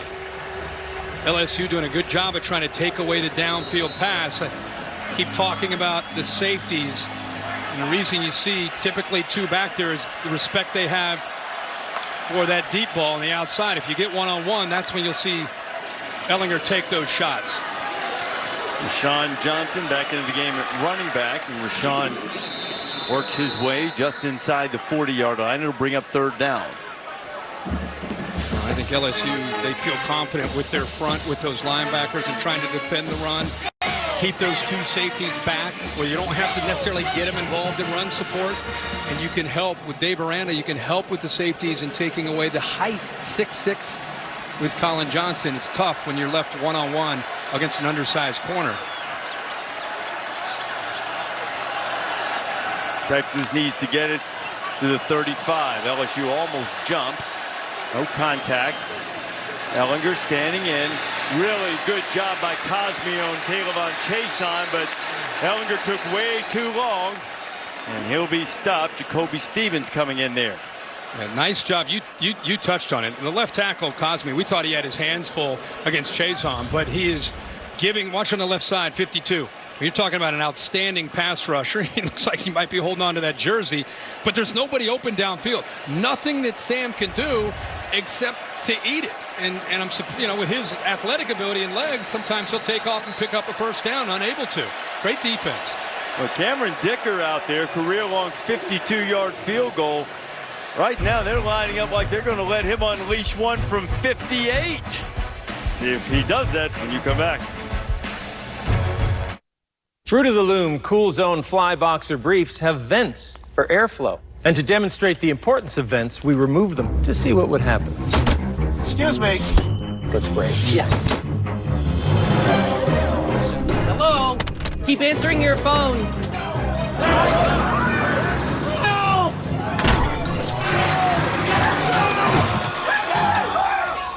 Fruit of the Loom Cool Zone Fly Boxer briefs. Without vents, it's hard to keep your cool. As a principal, I can tell you this. When one student gets left behind, we all get left behind. This is a problem that affects each and every one of us. So together with IBM, we've created a whole new kind of school called P-Type. Within 6 years, students can graduate with a high school diploma, a college degree, and a pathway to a competitive job. You know what's going up today? Today, there are more than 100,000 P-Tech students around the world. It's a game changer. It's like I'm waking up, yeah. That blue is in the sky. And with you, I feel free. Book now and enjoy free unlimited open bar and more. Norwegian Cruise Line. Feel free. In 1979, Jiffy Lube changed everything by providing the first convenient oil change service. Seriously? 4 decades later, Jiffy is changing everything again, offering services that are fast and convenient using manufacturer recommendations. Jiffy Lube, you can do more in a jiffy. Aerial coverage from Austin tonight is provided by Goodyear, recognizing those who strive to rise above the rest. Goodyear is more driven. There's a 4th down right at the 40-yard line, 4th and 5, and Texas sent the field goal unit out. I suspect they were trying to catch LSU unaware and they were going to punt it anyway, but now they send the regular punt team out. And Ryan Buchevsky, who's adept at killing the ball inside the 20, forces a lot of fair catches. The dangerous freshman Derek Stingley standing at his 10. And Derek's not going to get a chance at that one, and it goes into the end zone. It'll come out to the 20. Last time LSU had the football, Joe Burrow had his best drive. 8 plays, 75 yards, and a touchdown. Getting those linebackers coming up aggressive all night. They said, let's take advantage of those aggressive linebackers. Justin Jefferson had a great drive himself, finding and taking advantage of that hole between those aggressive backers and the safety. And then on 3rd down, the touchdown, where he moves Stearns with his eyes to give his receiver Jefferson a chance. And you can see that line, when they've done their job, they give 9 time to throw. Look at the night he's had, 8 of 9. Let's see what happens here on this drive here near the end of the first half. He's got freshman running back Ty Davis-Price back there, a big load out of Baton Rouge. He picks up the pass rush, and the pass is complete to Jamar Chase for the 1st down. That was a beautiful throw because he anticipates. That ball is out of Joe Burrow's hands before Chase was even close to coming out of the break, and that speaks to the relationship in the 2nd year of Burrow and his receivers. Picked up 13, and Joe goes right back to work. Into the middle, and he's got Marshall. Terrace Marshall is into Texas territory, and the Tigers are finding their rhythm. And finding a rhythm, they continue to go into that hole. You know, those linebackers are going to have to start getting depth, and that's when Burrow can start checking it down underneath and get the backs the ball in space. And the freshman has his first carry, and he had some forward progress and tried to spin away. Malcolm Roach is there to stop it. Boy, Joe Burrow looks like he is in a rhythm and in command right now, this new offense of LSU in 2019. And this isn't just tonight, people watching LSU. The entire SEC West is watching LSU and Joe Burrow, taking some notes, scribbling down some notes, saying, hey, you guys watching what's going on in Austin with 9 and White? He's not too bad. He's not a man to mince words either. I think he referred to it as bringing the offense out of the Stone Age. He's right. Well, they used to play not to lose on offense. This is a different mindset. Jones bringing the heat from the outside. Now Burrow's going to throw it to an open Chase, and Jamar Chase has it, a 1st down inside the 25. Condensed formations. You see this in the NFL with the Saints. You see this with the Rams. It affects the defense and their communication. Nobody sees Chase. How many times have you seen Robert Woods of the LA Rams run that route and nobody on him? That comes from Joe Brady from the Saints. Quick out. There is Chase again. He's slung out of bounds by Jalen Green. Steve Insminger, the offensive coordinator, calls the plays on the right. Joe Brady came over as the passing game coordinator. He felt that they needed to open things up, give their athletes a better chance, so they went to the Saints and found Joe Brady. Edwards-Helaire slips a tackle, and he works his way inside the 10. 1st and goal again for LSU. You notice those linebackers, with everything that's been happening the last couple series, aren't quite as aggressive firing down. Now they've got a lot they're thinking about. They've got to worry about Joe Burrow back there. They've got to worry about the ball being thrown behind them. just enough to make them hesitate. Gives the running back Edwards-Helaire enough room to get up there, and the lineman a chance to get up there to block him.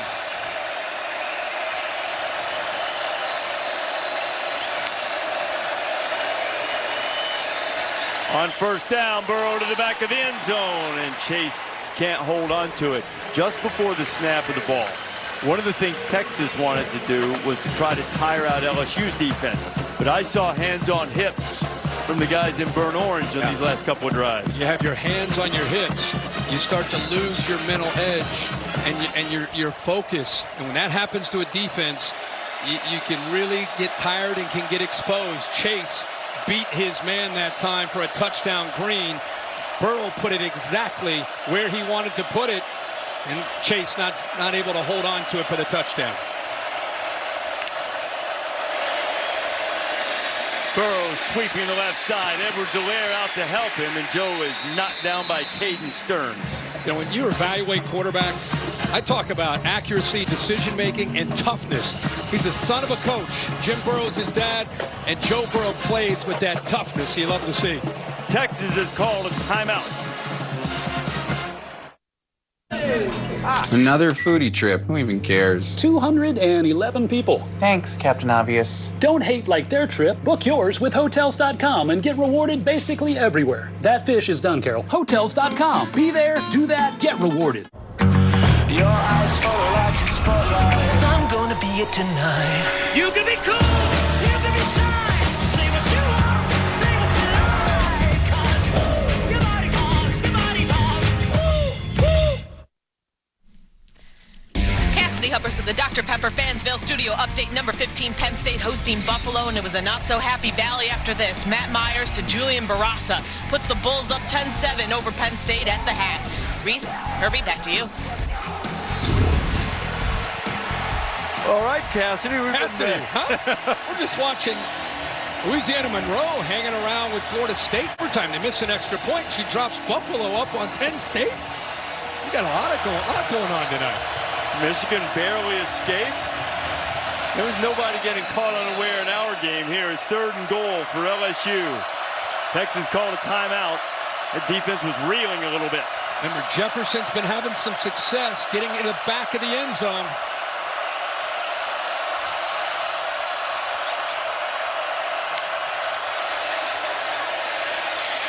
Burrow sacked. Great pressure from Joseph Asai, who had an interception earlier, and now he's got a sack.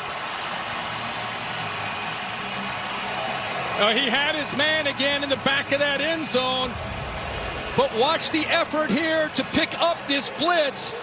He's unable to do this. Edwards-Helaire is trying to pick up the blitz, but pretty nifty move there by Osai to get around him. And Herman calls a timeout. He wants the ball back for a 2-minute drill after this field goal attempt.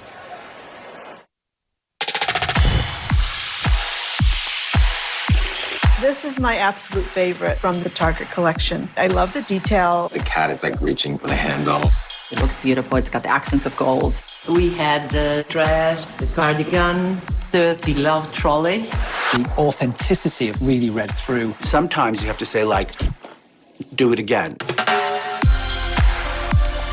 This is a collector's item. I mean that.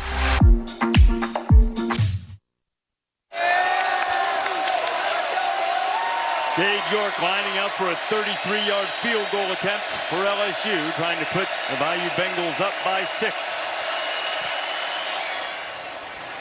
And York is true for the 2nd time tonight. He has great lift on those kicks.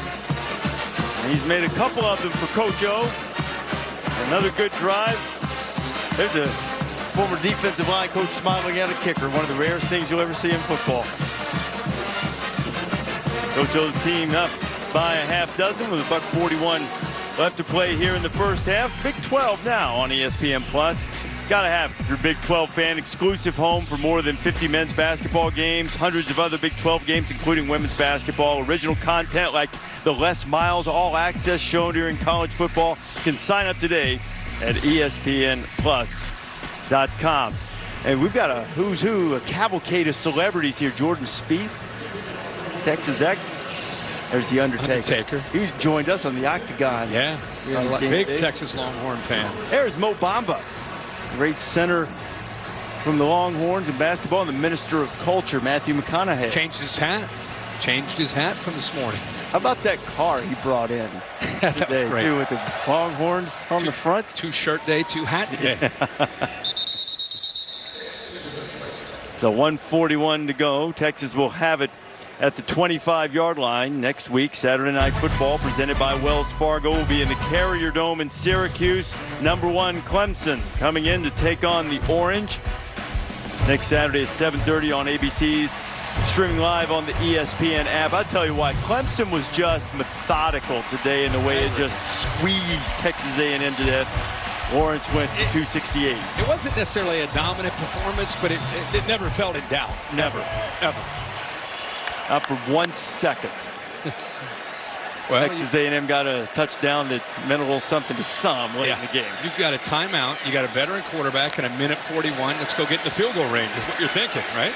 They're throwing that flip out to Ingram, who dances out of bounds to save time. They took advantage of the aggressiveness on the first snap for Texas, but this time LSU was ready for it. See what kind of coverage Dave Aranda, defensive coordinator from LSU. This is an important series for both these teams. So LSU has taken his crowd out of the game. They're up by 6. Would love to get out of here up by 6 heading into half. You have the Aranda Tom Herman chess match. They were both at Cal Lutheran together. Dave crashed with Tom for a while. No, Patrick Queen got in there quickly. And Ellinger did a great job to get away and then threw it downfield. Queen was in there in a heartbeat, and Ellinger did very well to avoid the sack. Did you see Dave Aranda? Aranda brought the blitz that time right up the middle with Queen, and the center Shackelford, a veteran, just over adjusting a little bit too late. Makes you wonder if miscommunication on the protection call, but nobody accounts for him right at the middle, and Ellinger lucky he was able to even keep that play alive. 3rd down and 9. Texas used a couple of timeouts for this opportunity, but they don't get a first down here. LSU might get it one more time with some time. Pressure on Ellinger, and down he goes. It's Caleb on Chason. Well, you think of Chason, you think of him coming from the outside with his speed. But here he lines up, you think about this, but instead it's a stunt back to the inside, and nobody's able to account because of that call by Aranda. Nobody's able to account for one of the best pass rushers in the SEC. They slid towards him, anticipating that outside speed rush, but a great job of being a step ahead by Aranda, bringing him back underneath. And nobody picked him up. Chason missed last year with an ACL injury, suffered early in the season. He missed a lot of time in camp, too. Second day of camp, he hurt an ankle, but he appears to be the picture of health right now. Great to see him back. Not great for SEC fans outside of Baton Rouge, but when you pull for these guys, it's good to see. He had a big game against Miami, as you said, week 1, and then the injury. And the punt going to drive Stingley all the way back inside his 35. Derrick makes a man miss. He's got a little room. He gets across the 40. And Coach O used the timeout wisely. Now Burrow, who's been red hot, has a $1.13 to go to work. Coming up, stay tuned for the Dish Halftime Report. Kevin Negandhi, Mark Sanchez, Jonathan Vilma. They'll have all the scores and highlights. A busy week in college football. And I'm sure he'll get us up to date on what's going on with Buffalo and Penn State. Yeah. It's always fun to hear those scores. How about Mac Brown knocking him off one coordinator at a time, too? I think Mac's got a lead on his former defensive coordinator, Manny Diaz. Up 17-3. All right, you said Joe Burrow. We keep talking about Sam, his chance at the end of the half. Now, Joe Burrow, definitely a guy in this new offense that's trying to pick up some points. I want to see how Texas tries to defend an offense right now that's gaining some confidence. Joe's hit 10 of his last 12 passes. And make it 11 of 13. How about Jamar Chase? You know, it's just a different rhythm, a different confidence, balance out of Joe Burrow.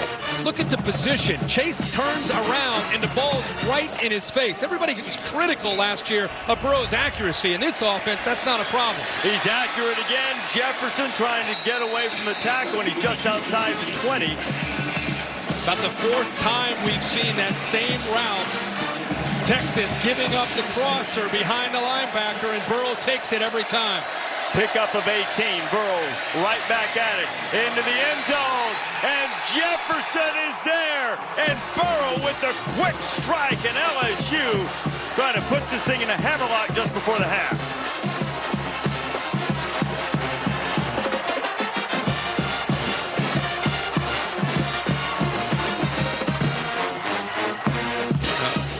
Dad decided to get out of coaching to watch his son play. His mom was there as well. That, my friends, you better be taking notes and watching Joe Burrow. Watch him hitch, step, throw exactly where he wanted that ball to be. Up, high, and back where Jefferson can adjust. The Texas defender never sees the football. And I tell you, as much as I love watching Burrow, this Justin Jefferson is a big-time receiver at LSU. You know what? This is very much based on the New Orleans Saints offense. That's where Brady came from. I'm not going to say he's breezed, but there's another number 9 that would be proud of that drop. I think they're checking just to make sure that his elbow got underneath his arm, got underneath the ball, and they cleared it. It's a touchdown for the Tigers. I don't think there was ever any doubt about that. Jefferson blocked those big mitts on it. Took care of business, and boy, oh boy, Texas missed a couple of opportunities on goal-to-go situations early, and here at the end of the half, LSU is starting to carve up that Longhorn defense, and they have a 20-7 lead. Coach O's feeling it right now. He sure is. This offense was well advertised that Joe Brady came over to kind of help Coach O and Steve Ensminger on, you know, let's open this offense up. Let's take a few more chances. Let's be aggressive. Let's attack. Joe Burrow said this week, we want to be one of the best offenses in the country. And we all thought, oh, that's good. Let's see how they do on the road against Texas. And, you know, it's a half so far, but you got to be really excited to see what we're seeing from Joe Burrow, the rhythm, the balance that he has. Last year he was under center. It just wasn't a fit. He grew up in this kind of offense, and you can just tell the different level of confidence that he has in this offense. There are many years that LSU, after stopping Texas on that last defensive series, Kirk, would have been perfectly content. Let that clock wind down, run out, go to the half with a 13-7 lead. Instead, they call timeout. They get it back, and boom, boom, boom. Now the lead's 13. And see, I think that's the thing. It's not just an offensive philosophy. It's a different approach by LSU as a team. It's no longer defense and special teams and avoiding a disaster on offense and being conservative. Now it's what their fans have been waiting for years. Opening things up, having a quarterback that can attack a secondary. And right now, the way LSU is attacking that Texas secondary, even though they have the lead, they can just keep pushing the ball down the field against the Texas defense. Ellinger's not going to go quietly into the half, and Michael Divinity didn't play last week. And team in family in-house situations back in the lineup and applying pressure to Sam. 2nd and 10 with 41 seconds left in the half. You know the folks in Tuscaloosa are watching this one. They're saying, what's going on with the LSU offense? It is something foreign to most of the SEC, and man, Coach O had a vision of what he wanted on offense. He found the right guy. Steve Ensminger has been very gracious in allowing Brady to teach them the offense and then implement it. Now Texas keeps it on the ground with Ingram with half a minute to play here in the first half, and Longhorns might need to go in and regroup. Yeah, Texas cannot get the ball thrown downfield at all. You know, their best receiver, Colin Johnson, up to this point, doesn't have a catch. He's 6'6". He catches the ball on everybody that he faces in the Big 12. This is an SEC defense. They wanted to challenge him at the line of scrimmage. They wanted to put safeties over top of him. First half goes to the LSU secondary. Remember that DBU who's at Texas is at LSU? After one half, it's LSU. They only gave him 3,000 tickets, and they put them way up in the nosebleeds, but they are making some noise here in Austin as LSU has a 20-7 lead. That's the end of the first half here at Texas. Halftime report with Kevin Negandhi, Mark Sanchez, and Jonathan Vilma is coming up right after these messages.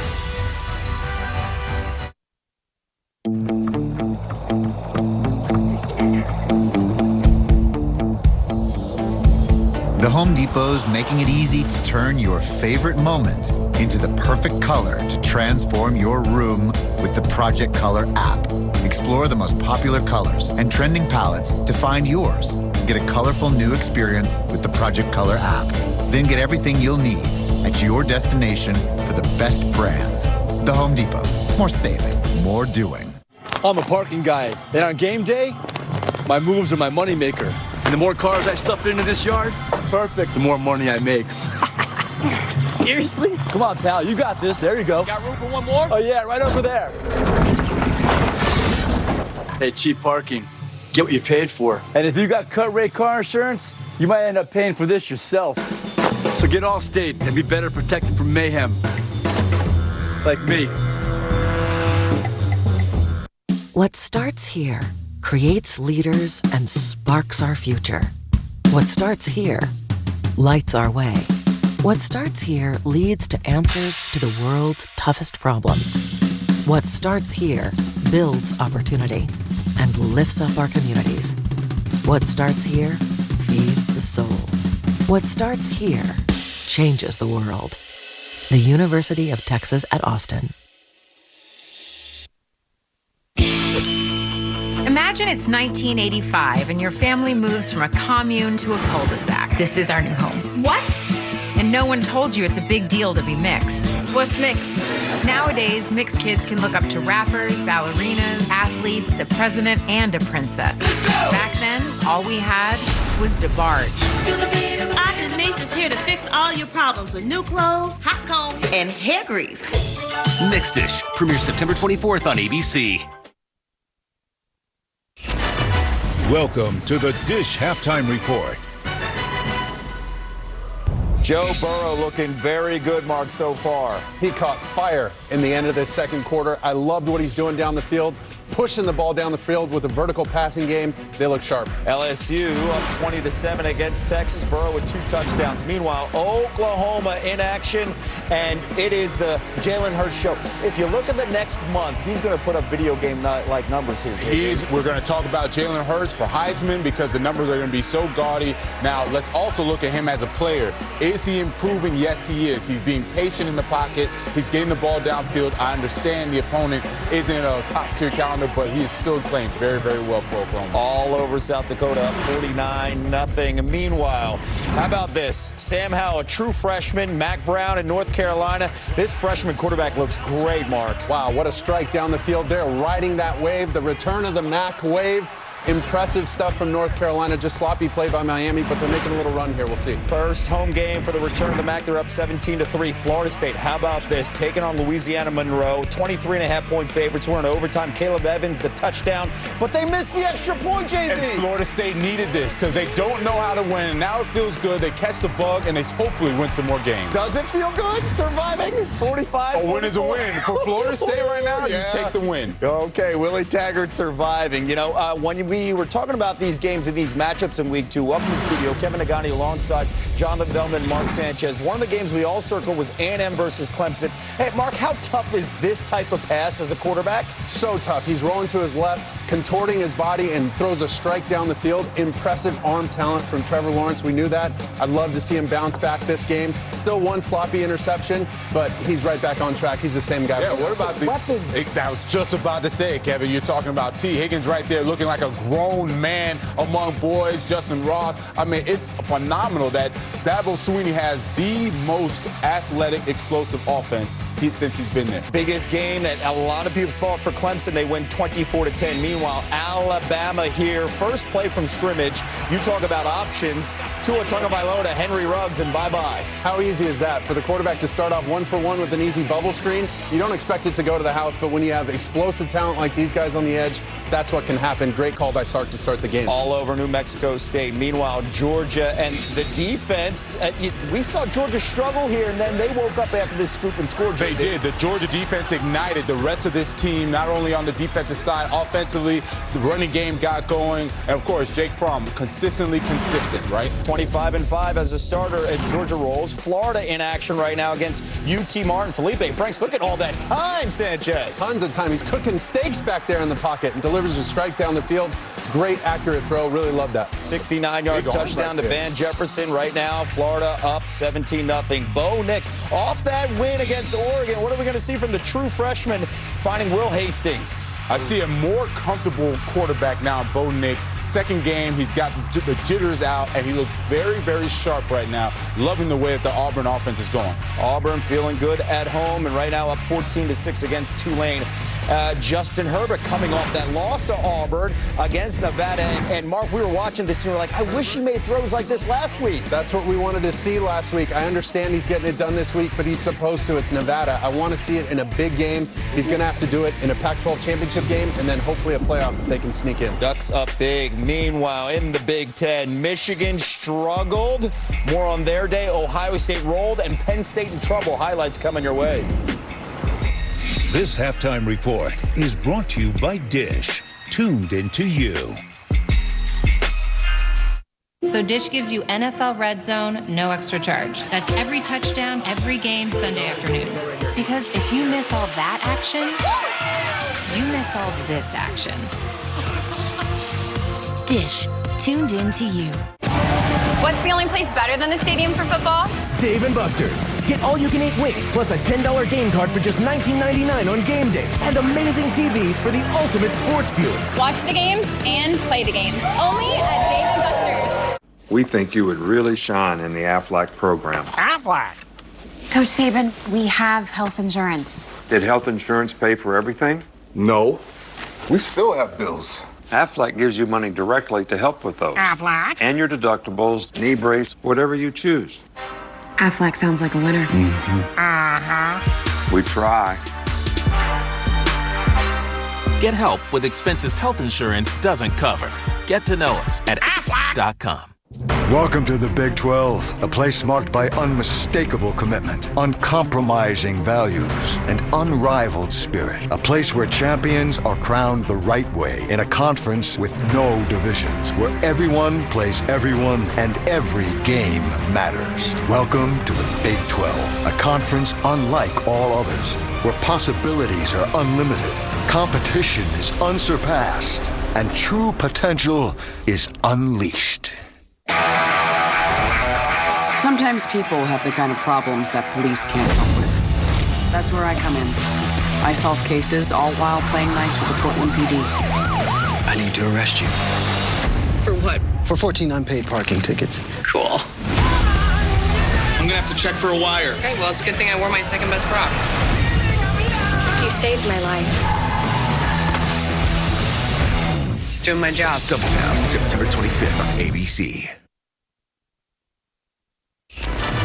Welcome back to the Dish Halftime Report.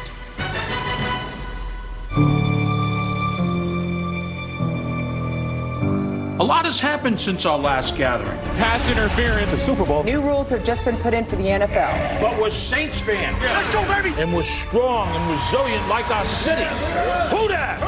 Who that? Who that say gonna beat them Saints? Great doubleheader, Breeze versus Watson. The nightcap will not feature Antonio Brown with the Raiders. How about this? He was released by the team this morning, and then hours later, he signed with the Patriots. Genius move. Drew Rosen out. Unbelievable. Adam Schefter reporting one-year deal, $10 million up front, and then $15 million he can earn overall. Eligible to play next week against the Dolphins, not tomorrow against the Steelers. Michigan, Army, first meeting since 1962. Army was up 14-7 in the red zone in the third quarter, and then they do this. They ran the ball all the way down to get to the goal line. That could have sealed the game. Instead, they tried to get cute, and that changed the game. That's the reason that they lost. They had the chance to win here. 2 seconds left, 50-yard field goal. Cole Talley, right? You never put on a kicker. Overtime. Michigan's turn now at overtime, and it's Zach Charbonnet Shabarne, and he goes in, the true freshman, and then another pass, and they did exactly what you deserve, Army. Should have run the ball, try to kick the field goal. And that's the difference. Michigan survives by next week. Then they've got Wisconsin 24-21 here. And how do you feel right now with Josh Gaddis in this offense, Mark? Oh, it's been a slow start for these guys, and this better be the wake-up call. This was the alarm clock that went off. Come on, man, we got to pick it up. We got to take care of that football. No more sack-caused fumbles. Running backs got to block corners off the edge. Sure, Mark. Yep. Sure. I see 3 losses on you that. Have them whatever winning, you say, Mark. They got them winning the East, and then JV has Ohio State winning the East, and J.K. Dobbins against Cincinnati. I mean, this offense looked very good. This is one of their many weapons. J.K. Dobbins running in for a touchdown, but Justin Fields extremely comfortable back there, has a ton of talent around him, and he is a big arm, big body. I don't see anybody stopping Ohio State to win the Big Ten. Fields 9 touchdowns in his first 2 games. Meanwhile, how about a lot of offense? Josh Jackson and Maryland, 142 points in their first 2 games under Mike Locksley. Wow, impressive start for Coach Locksley. He was calling the shots last year at Alabama. We saw how well Tua did. Look for Jackson to put up similar numbers. Syracuse ranked, they go down. Meanwhile, Penn State, they're number 15 in the land, coming in as 32-point favorites against Buffalo. But Julian Barraza in the end there. Oh! The ABC 7 investigators on your side.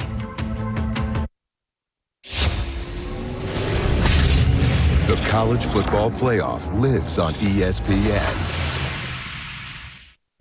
You are trained and built for games like this. You're built for them. Got the Tigers and the Longhorns just going down on the 50-yard line. We got all the makings on a Saturday night. And LSU stops them again. We got all Eagles catching it. Touchdown, Texas. Burrow with the quick strike, and LSU trying to put this thing in a hammerlock.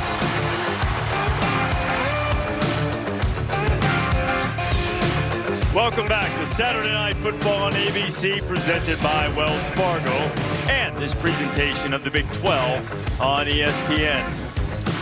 Texas trailing LSU 20-7 here at halftime. Maria Taylor caught up with Longhorn coach Tom Herman. All right, Coach, what was the overarching message you wanted to deliver to your team at halftime? Well, we're down 2 scores. Uncharacteristically, we played tentative. You know, we dropped the pass in the end zone. We had a missed assignment again. You know, our goal line offense, not real good right now, but it's a really good football team we're playing. And if we play our game, we're going to be just fine. Thanks for your time, Coach. Thank you. Tom might be trying to convince himself a little bit with the way LSU's offense got rolling at the end of the first half. Reese Davis, Kirk Herbstreit, and Maria Taylor, who you just heard from back here. LSU's going to get it first here in the second half after really finishing the half strong. Yeah, I mean, Tom Herman, it's not just about his offense, it's about his defense, because I think all of us sensed that LSU in the second quarter, they came alive. They really started to execute and look like a different offense, especially Joe Burrow in the passing game. So they've got to make some adjustments and try to get Burrow out of that rhythm. Clyde Edwards-Helaire makes the fair catch. Joe Burrow will have it on the 25 as we take a look at our Pacific Life game summary. Yeah, and you're just kind of tuning in and seeing the second half. Talked about Joe Burrow. It was big in the second quarter. He started to find Justin Jefferson making really accurate throws where Jefferson could make adjustments to the football. And Colin Johnson has not been able to make the play downfield. They had shut him down. In fact, he thought that might be a catch. It was overturned. It was not. So he does not have a reception yet tonight, and they cannot consistently have success throwing the football.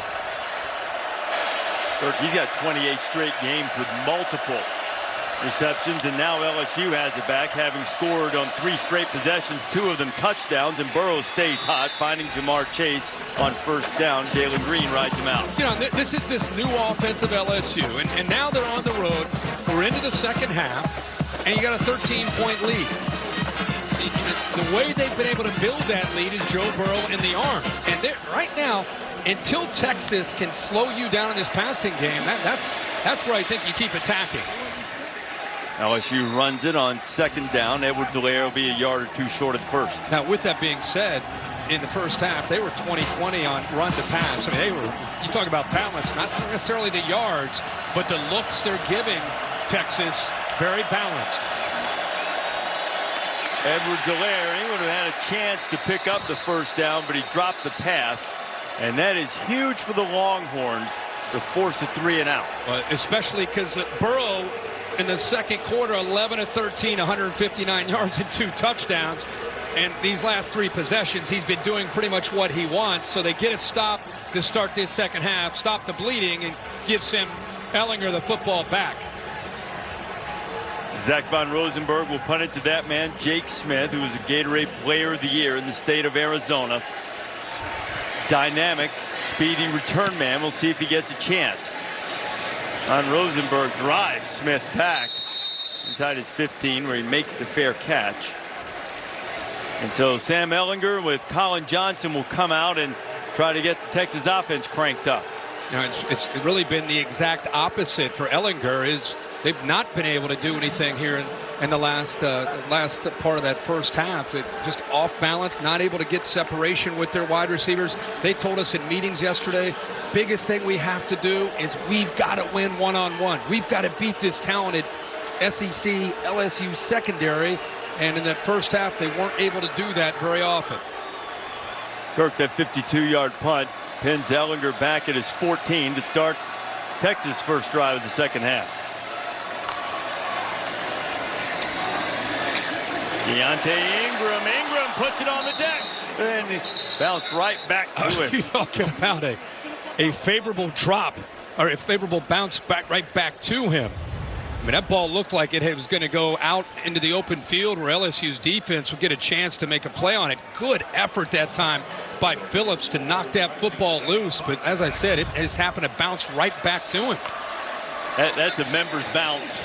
Rashawn Johnson gets it, and Rashawn's done a really good job for a guy who just moved to running back from quarterback a couple of weeks ago because of the depth issue. Well, he gets the ball, he just hits it. You know, they'd like to actually see him have a little more patience. Keep in mind, he has been a running back since 5th grade. He's a running back right now, and it's a good twist pickup of about 4 before Phillips gets him on the turf. Yeah, it's been remarkable to see what Texas has endured with injuries. Tom Herman has had to move some people around. Rashawn Johnson, a quarterback until 2 weeks ago. He's a true freshman. Has had to move to running back to give them depth and to give them a kind of another back there besides Ingram. Johnson catches the pass and heads for the edge. Rashawn Johnson rear end over T. Kettle around the 35 and close to the first down. If nothing else, I love his energy. You know, he's coming in with a purpose, and he seems to be incredibly fired up just to have the opportunity to be out on the field and play. You can tell there's a different gear, almost a different level of intensity when he gets his ball, or he gets his hands on the ball compared to Ingram. Texas has moved it out from its own 14, picked up a couple of first downs. Ehlinger taking a shot, got to win those one-on-one battles, and Christian Fulton had really good coverage on Colin Johnson.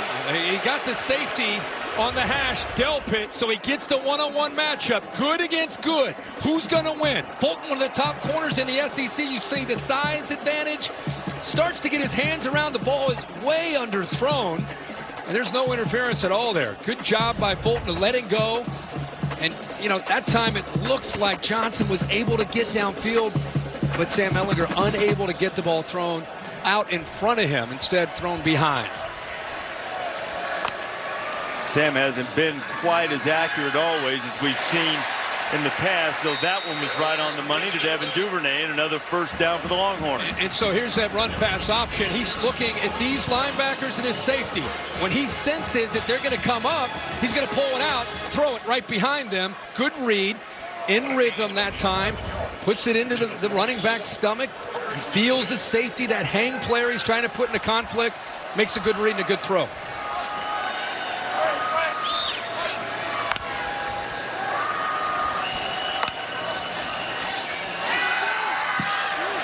Ehlinger has to get out of some trouble. Now he throws it back, and that one was not right on the money to Reese Lato. Reese would have had a lot more running room. He had to stumble out and reach out and get it. Pretty good athletic ability by Ehlinger to get away from Phillips. That play is designed the entire time for Lato. Just unable to keep his balance. Sean Johnson has another first down. How about how he finishes his carries? I mean, he's trying to get as many yards as he can, and instead of just leaning forward, he's extending himself and flying through the air for another 2 or 3 yards. Look at it. Look at it. You can feel it from up here, that intensity. And Tyler Shelvin, the big nose guard, appears to be cramping up. Texas wanted to test the stamina of the LSU guys up front tonight. After the game, hello, you can finally come back. Go see it. Come back. Come back. Back to Pennywise. It Chapter 2, rated R. Guys, I want you to meet someone. This is Jamie. You're going to be seeing a lot more of him now. Not calling him Dad. Oh, no. Look, I get it. Some new guy comes in, helping your mom bundle and save with Progressive. But hey, we're all in this together. Right, champ? I'll get more nuggets. How about some carrots? You don't want to ruin your dinner. You're not my dad. That's fair. Overstepped. These are my people. These are the ones who will reach for the stars. These are my people. By the light of the earth, you can tell they are ours. A new step to take, and a new day will break. Yes, these are my people. If I could give an athlete one piece of advice, it'd be to find a rival. Someone committed to taking you down.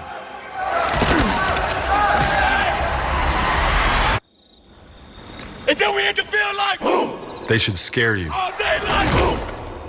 All night like boom. into starting early Like boom. and staying late. Like boom. They might be far away or across town. They might be family, but they should make you obsessed. Like this time it's personal, obsessed. And they'll bring you pain and frustration. You will hate them, but then you'll respect them and love them. Because that rival that wants to take you down is going to make you raise your game even higher. Whole arm's busted. Only option is to replace it. Just scratch. Unnecessary repairs don't fly outside a repair shop. They shouldn't fly inside one. Meineke, doing car care right. You from around here? Born and raised. You? Oh, Afghanistan. Bull. Your dog tags don't match the name on your credit card. Until you get your lies straight, only one of us is getting lucky tonight. Cheers. Yeah. Stumptown premieres September 25th on ABC. Aerial coverage provided by Goodyear. The best part of every kickoff is the drive that comes next. Go further with Goodyear, more driven. Tyler Shelvin has made his way to the LSU sideline. After going down, there's Tyler. Caught a cramp, perhaps, or a signal. One of the two. And anyway, see if Texas can keep this momentum going. And Sam Ehlinger starting. Ehlinger firing deep, and he was looking for Colin Johnson, and Derek Stingley, the freshman, was right there. How about Stingley? Highly decorated true freshman, #1 ranked corner, 5-star all-world against a veteran. Gets a little push-off, anticipating that push-off, comes back to the football and gets his left hand on it. I mean, are you kidding me? It's a true freshman going up against one of the top receivers in the Big 12. #1 cornerback in the country coming out of high school. Rashawn Johnson has it. Grant Delpit hits him, and he gets away. I beg your pardon, that was not Johnson, but Devin Duvernay. Either way, he got away from the normally sure tackling Delpit. What you see here is you've got a cushion, but watch Delpit. Now give Duvernay a lot of credit. There's the blitz. He sees the blitz from Anthony, and then look how quickly Delpit gets in there. But man, Duvernay, that is hard to do.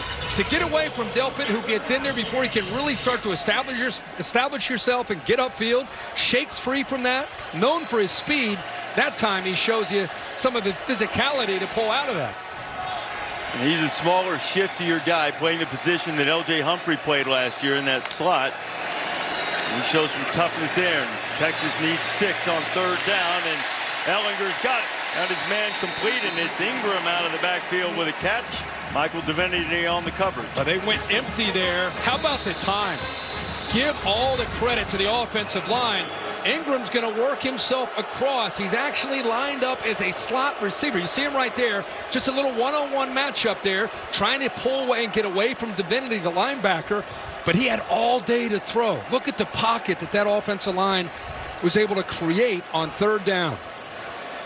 Divinity, who made the tackle. It looked like he may have stretched his arm there, right arm. Ingram came down on top of it, and his arm was on the ground as he fell on top of him. It's like it was pinned underneath Ingram's body. Divinity, the senior linebacker. Let's have a look at him now.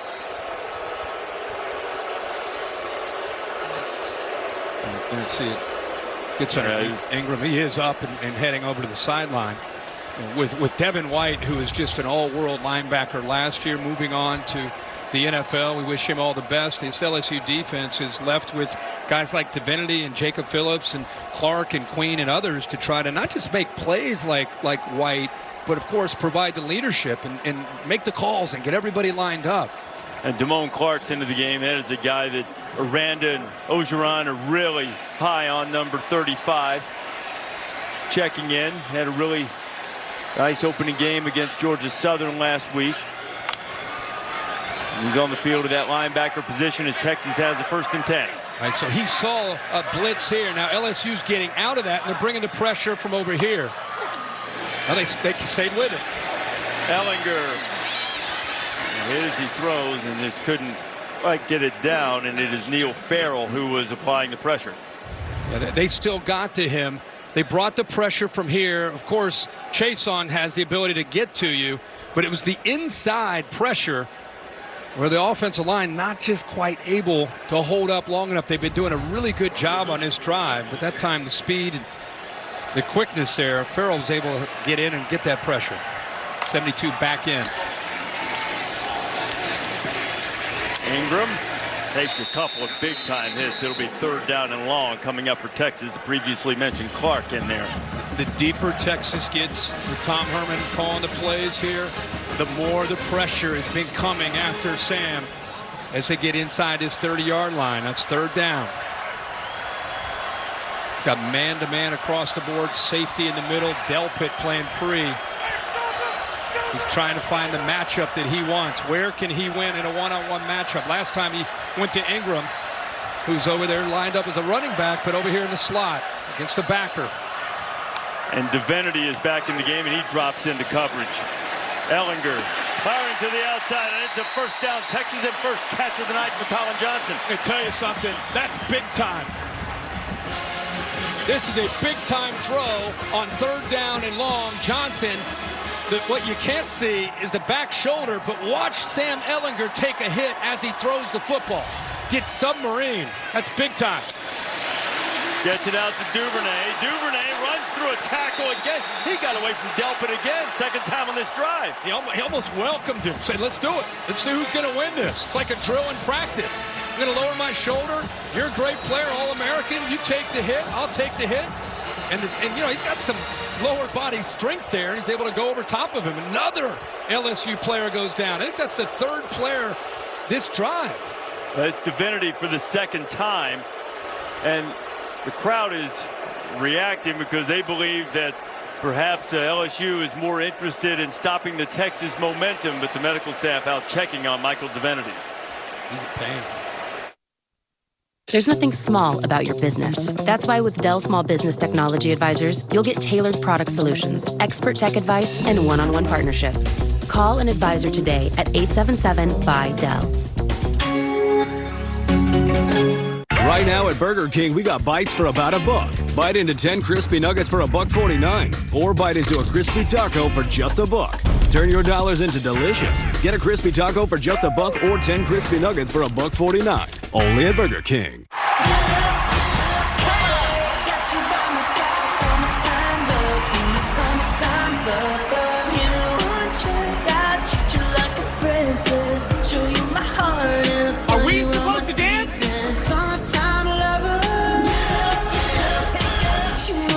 songs without dancing are just okay. Get a better than just okay unlimited plan with Spotify Premium included on America's Best Network. Only from AT&T. More for your thing. That's our thing. I go down on my knees and I start to pray till the tears run down from my eyes. Lord, somebody, ooh, somebody, can anybody find me? Somebody to love.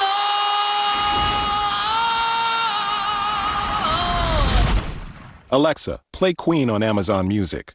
Somebody to love. Fact is, every insurance company hopes you drive safely. But Allstate actually helps you drive safely with DriveWise. It lets you know when you go too fast and brake too hard. With feedback to help you drive safer, giving you the power to actually lower your cost. Unfortunately, you can't do anything about that. Now that you know the truth, are you in good hands? Saturday Night Football, presented by Wells Fargo on ABC, is brought to you by General Mills. Bring more to your game day with General Mills tailgate recipes. See what you can create at wearetailgatenation.com. And Old El Paso. Everything goes with Old El Paso.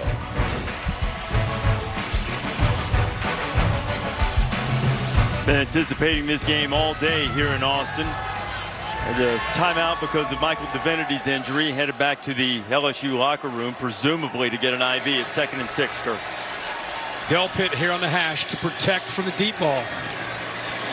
Ehlinger pulls it down, is going to run with it. Sam gets up close to the first down marker. And this has been where Texas has struggled tonight. They've run 8 plays inside the 8. Haven't scored yet. Design quarterback draw against the center Shackelford out in front of him.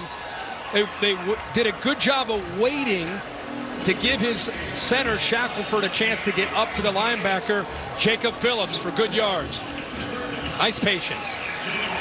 Okay, Sam came up just short of the first down there. Doesn't need much. DeAndre Ingram has the first down for Texas, and it's 1st and goal again for the Longhorns. A good push there on the inside. This offensive line. Cosme gets a nice push.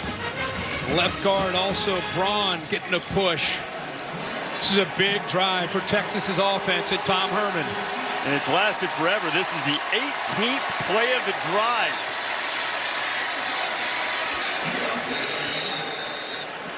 In the first half, they had, 8 tries inside the 8-yard line. Came away with no points. Goal line stands early in this game favored LSU's defense. It's really the defensive line getting the penetration. And this is LSU defensive lineman Rashard Lawrence, who's down now. You know, Divinity actually went off the field and then into the locker room. We would assume with cramping issues, maybe to get an IV. As we let the LSU staff, Jack Marucci and friends, check on Rashard Lawrence. Here's what happened in the first quarter when Texas down 4th and goal, same end zone. Yeah, they had a chance here. 4th down, Ingram. Everybody thought he's caught it, touchdown. Obviously he did not, and then here they are, 4th and goal again. They went with old bread and butter trying to run Ehlinger. LSU's defense slanting, expecting that. They got the penetration. Linebackers able to get in and deny him. Just a small point. The second opportunity they had down there was set up because of an interception. It was a result of the poor field position after they dropped the first touchdown pass. But the point remains, they've been on the doorstep seemingly all night, and they've been unable to cash that one in. Their only touchdown coming on a 55-yard strike from Ehlinger to Eagles.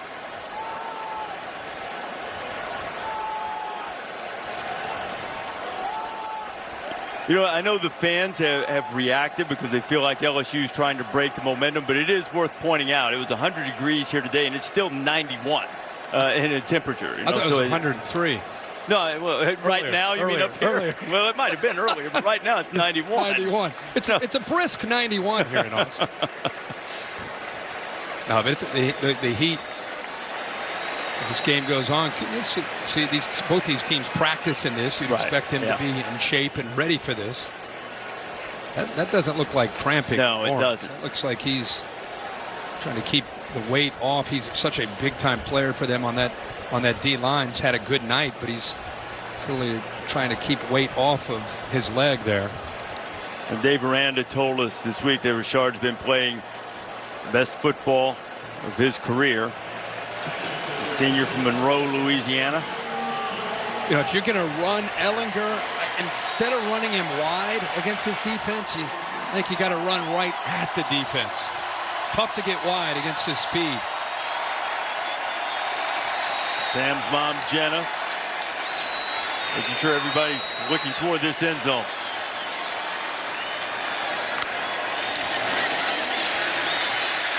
Sam Ehlinger.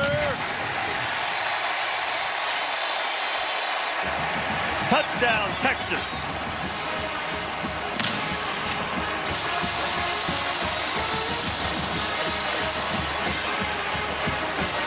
They looked earlier. They gave him a touchdown and then reviewed it, and we called it where his knee was down. They may take a peek at this, but I think he's in the end zone. That's what I said. Run right into the teeth of that LSU defense. Don't go wide. Give them a chance to get penetration. Challenge them and go to your bread and butter. Run that power with the quarterback, which works so often. And he clearly gets into the end zone for that touchdown. How many quarterbacks do you know that's going to lower their shoulder and drive through a 345-pound nose guard? That's what he just did. There's the progressive pylon cam. This is what caught him last time. You know, his momentum started to go down, and then it looked like his leg drive pushed him before he touched. They are taking a look at this. See how I kind of elevated up. He elevated up as he was going down, and he got the ball into the end zone. And Sam Ehlinger's it. You know, as you pointed out, they ruled in earlier on a touchdown. Texas ended up not scoring, but that's just your basic 19-play, 86-yard drive that ate up more than 7 minutes on the clock. Got a 3 and out. Got the ball back to their offense. They're down by 13 and now down 6, just the way Tom Herman wanted to start this second half. When it comes to speed, insane. I've never seen anything like it. We're talking fast. And coverage, sideline to sideline. You can't teach that. But what's speed and coverage without control? We haven't seen control like this in a long, long time. I'm telling you, the Xfinity XFi has got to be your #1 pick for the ultimate in-home Wi-Fi. Take your Wi-Fi to the next level with Xfinity XFi. Must be good for your delts. Make a date with Popeyes 2 can dine for $10. Just find someone as special as my chicken and share 5 pieces, 2 sides, and 2 biscuits for just $10. You're gonna fall in love with my 2 can dine for 10 deal. These are my people. These are the ones who will reach for the stars. These are my people. By the light of the earth, you can tell they are ours. A new step to take and a new day will break. Yes, these are my people. I'm off to college. I'm worried about my parents' retirement. Don't worry. Voya helps them to and through retirement. Dealing with today's expenses while helping plan, invest, and protect for the future. So they'll be okay. I think they'll be fine. Voya, helping you to and through retirement. I told him I'd only go there with him. And I knew it was a lie as soon as I said it. We like to watch. My parents don't understand. I'm definitely a screamer. It used to be just me and her. But more people makes it more fun. Football at Hooters. All the games, all season. Crazy good wings, ice cold beer, and the best fans on the planet. Hooters. Son, I need to tell you something. What is it, Dad? Dos Equis is brewed in the style of Pilsner lagers. Also, Me and your mom are getting divorced. Special moments with Dos Equis. Keep it interesante. In 1979, Jiffy Lube changed everything by providing the first convenient oil change service. Seriously. 4 decades later, Jiffy is changing everything again, offering services that are fast and convenient using manufacturer recommendations. Jiffy Lube, you can do more in a jiffy. The season premiere, The Good Doctor, September 23rd on ABC.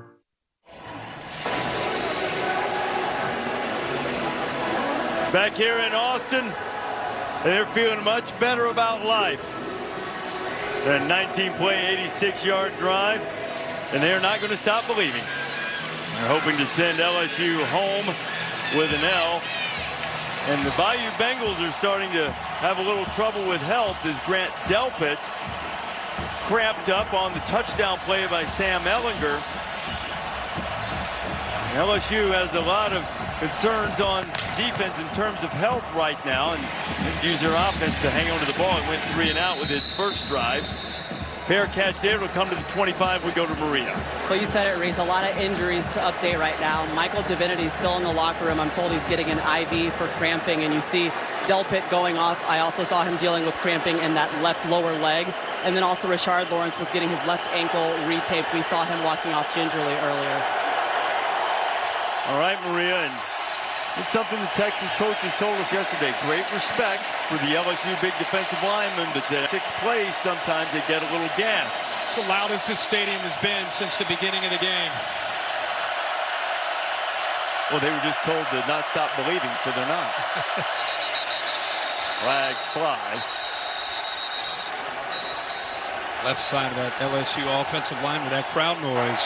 Ball start. 77, offense. 5-yard penalty. First down.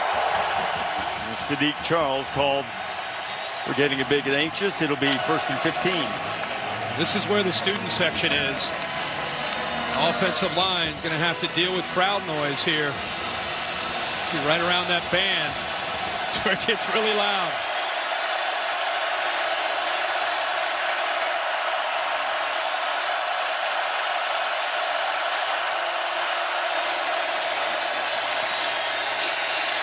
Burrow taking a shot. Chase is out there, and Jamar Chase goes up. And it looks like somebody just got mossed. It was Jalen Green. Well, they took away the crossing route that's been hurting them in the middle of the field. So Burrow, little stutter and go by Chase. It's a matchup he's been winning all night against the young Jalen Green. He gets by him, and he makes a heck of an adjustment on the football. 41-yard pickup for Chase. Burrow down the middle, and another completion. Terrace Marshall with this one. First down by you Bengals. I'm very surprised that Todd Orlando, the defensive coordinator, keeps leaving these young corners. They've never been in a game like this. I know it's the system, but he's leaving them out on islands, and they're getting exposed. Edwards-Helaire on the ground, spinning inside the 20 before he's knocked down. Todd Orlando, he believes in an aggressive defense, 3-3-5, likes to give you different looks, loves to trust his corners to be able to hold up in coverage, try to hold up and get pressure. And a hit and a tackle for loss, and a much-needed one as Chris Brown knifed through there and gets Edwards-Helaire early. Yeah, they told us Chris Brown, Orlando felt that breaking camp, he had the best camp of the defense along with Osai, and he said it's nice to see when guys practice really hard, it pay off for them in games. And Brown had a heck of a week last week and makes a big play here on 2nd down for Texas. Orange bring in fresh troops on the defensive front.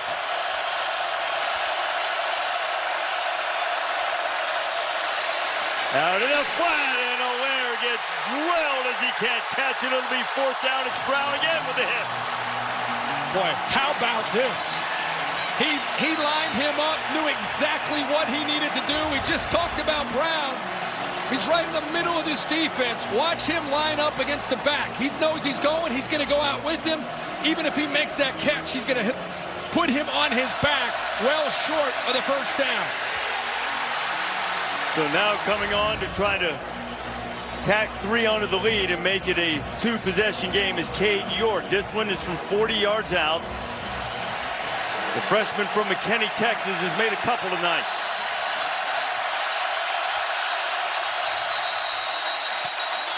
LSU has to use a timeout.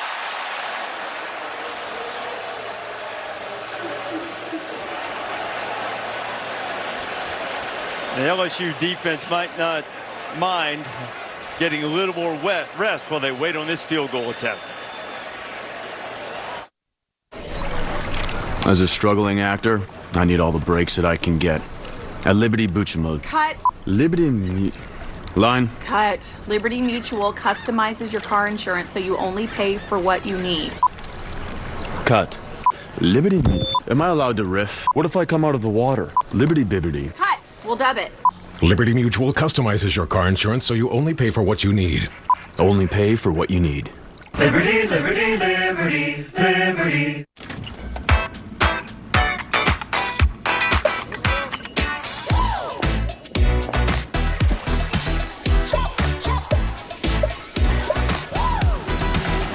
Wherever you are, whatever you're craving, and whenever you're craving it, DoorDash has the restaurants you want, delivered to your door, wherever your door happens to be. Download DoorDash, the most restaurants across America. First order $0 delivery fee. It can seem unreachable at first. The bar too high, shoes too big. You'll take leaps of faith and fall on your face, but you'll get up. Hard work is 50 sprints before breakfast and another 50 for breakfast. You'll eat it, breathe it, sleep it. The Goodyear blimp doesn't show up for just anybody, so don't be just anybody. Be blimp-worthy. Goodyear, more driven. Back in Texas, LSU lining up for a 40-yard field goal attempt that would put them up 23-14.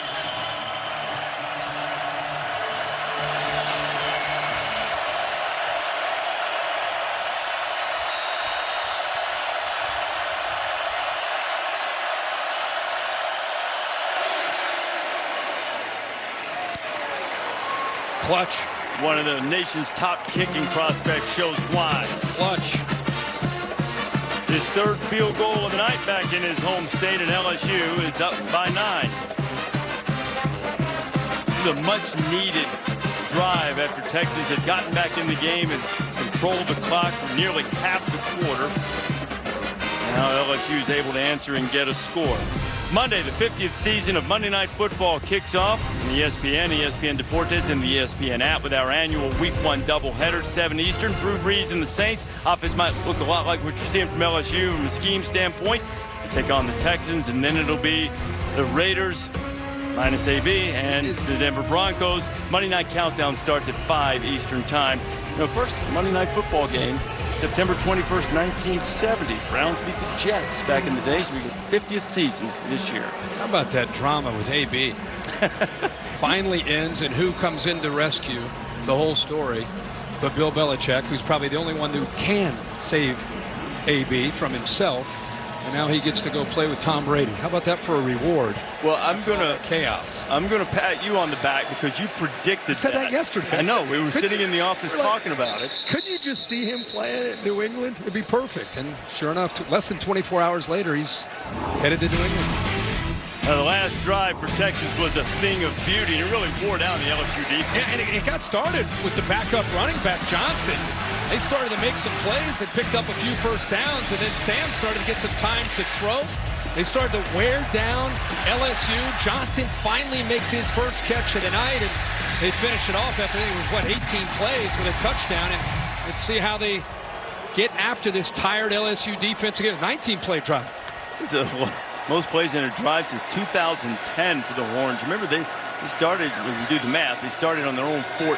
It was a clutch, big drive. Ellinger going to try to get it a little quicker this time, and he goes down the middle, and Johnson has his second catch of the night. LSU a lot of times likes to use outside leverage. Here he's lined up to the inside, but the route, he was able to get to the inside despite that inside leverage from the corner, and they get Johnson a football. Keeping it on the ground, and there is Rashawn Johnson again. LSU brought pressure But again, the line, the backs, good shot. That's probably the biggest thing. Rashawn Johnson gets in there. You think about him running the ball. But I said, how does he do in pass pro? They kind of raised their eyebrows. And I said, after 2 weeks of practice, actually pretty good. Does a pretty good job. We've seen that here tonight. Ehlinger, Sam, into LSU territory, inside the 40, and chased out of bounds at the 35. It'll be 1st and 10 for the Horns. How about how they use Johnson and Brewer stacked to go to your left? Instead, they follow the guard and the tackle the other way. Linebackers, 2 of them head in a different direction. Well-designed play, kind of a misdirection. But the linebackers read their keys. Those 2 H-backs, they follow them, and instead he follows the lineman around the right side. Duvernay. Devin Duvernay. Duvernay down to the 20. Man. All over my notes, I have Duvernay at this H. Little Jordan Humphrey into the NFL. They lose size and some power, and they pick up some quickness. Duvernay's, he's showing you he's not as tall as what we saw last year from Humphrey, but man, he's got some power after the catch. He's found the right spot in this offense, and he's made some big plays, particularly in the second half. Here he comes. He can throw it. He threw it earlier, and he'll decide to keep it himself. And Duvernay, after all of that, got back to the line of scrimmage. Remember, he threw one to Ehlinger in the first half. Yeah. Job by LSU having a discipline to take that away. Lineman staying in position, not getting downfield, just in case he actually wanted to throw it back to the quarterback. LSU took it away. This LSU defense getting its oil checked right now in terms of stamina. Been on the field for most of the third quarter. Good job by Johnson picking up the pressure in the corner to Duvernay. And they couldn't quite connect. And there was the example of Rashawn Johnson, the former quarterback, who understands where the pressure's coming from and where the protection needs to be, of picking up a blitzing linebacker. Yeah, he picks up Clark on the blitz, man-to-man. They go to the inside receiver, Duvernay, who has all that space to the outside, matched up against Vincent as a safety. And Sam had time. They picked the blitz up, just not able to throw it accurately.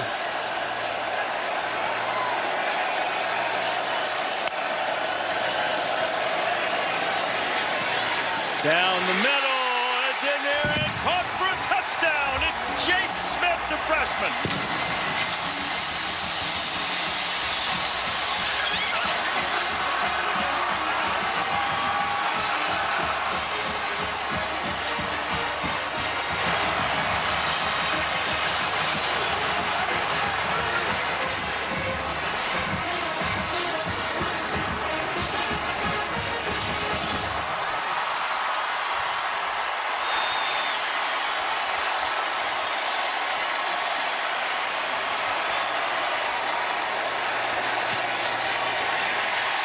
To a two-point game. Kirkstetter, the right tackle, makes a nice block on Chason. Over here to the right, trying to get to the outside. He picks him up, comes out here, but you're going to get 2 vertical receivers down the right side. Watch who they pick on. Trying to find out what this safety wants to do. Is he going to stay wide, or is he going to come to the inside to take away Smith? He gives him just enough room to pull the trigger to the inside to the true freshman. The eyes to move the safety, comes back, throws it on a line, and the body of Smith protects the ball from Harris being able to get around him to it.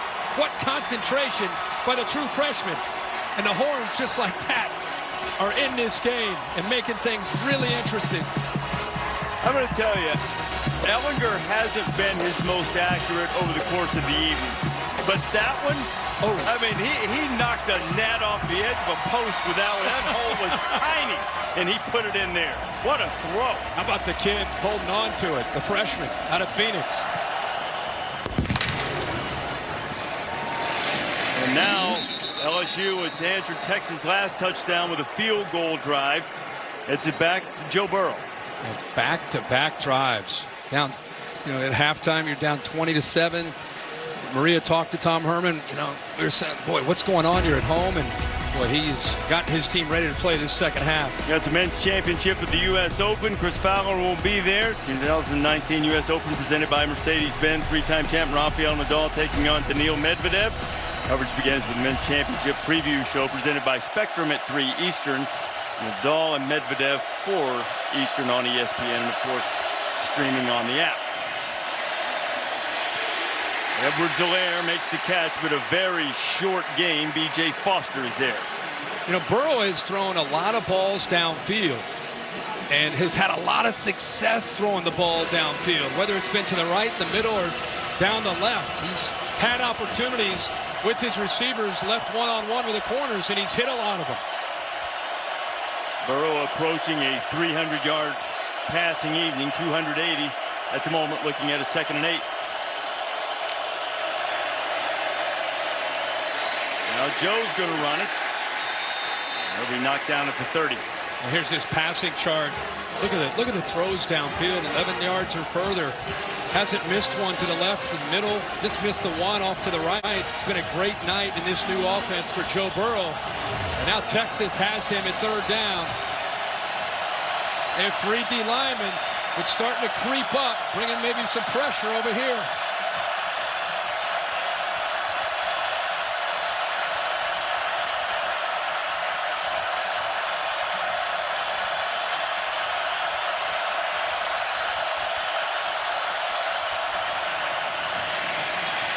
Burrow throwing it out. There's Jamar Chase for the 1st down. What was he, 4 or 5 to the left? Now he's 5 of 6. Texas tried to get Chris Brown over there. It's been a long night for young Jalen Green, number 3. Chase has gone by him almost any time that he wants. Texas has got to protect him with a safety, or Joe Burrow can go there anytime. Pick up at 26, and now back to the ground. Edwards-Helaire running tough with a good gain on 1st down. Now, Jalen Green is a talented young player, but this is his first big game against this kind of defense, or this kind of offense and this kind of skill. He's going to be a superstar down the road, but he's getting kind of welcomed to the big time, the big lights and the big stage by this LSU wide receiver corps. Texas had replaced cornerbacks this year. Colin Johnson told me during practice that Green had been the best, but the baptism by fire continues for Jalen Green tonight.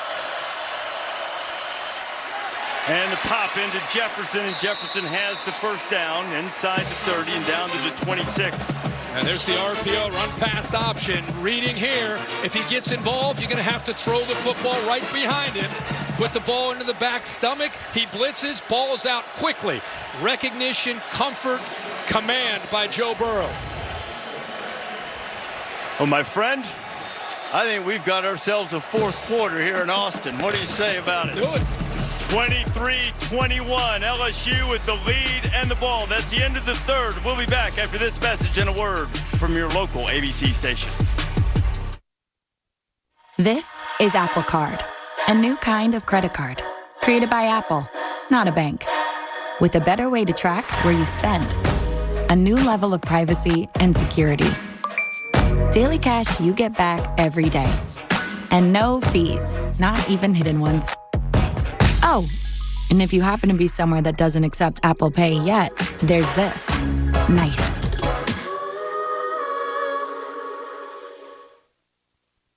I'm a tailgater tailgating to get to my tailgate. Now, it might not get me there any faster, but hey, it gets me ready for football. Let's tailgate. I can't go anywhere. But you're so busy watching me tailgate that you don't see the one in front of you.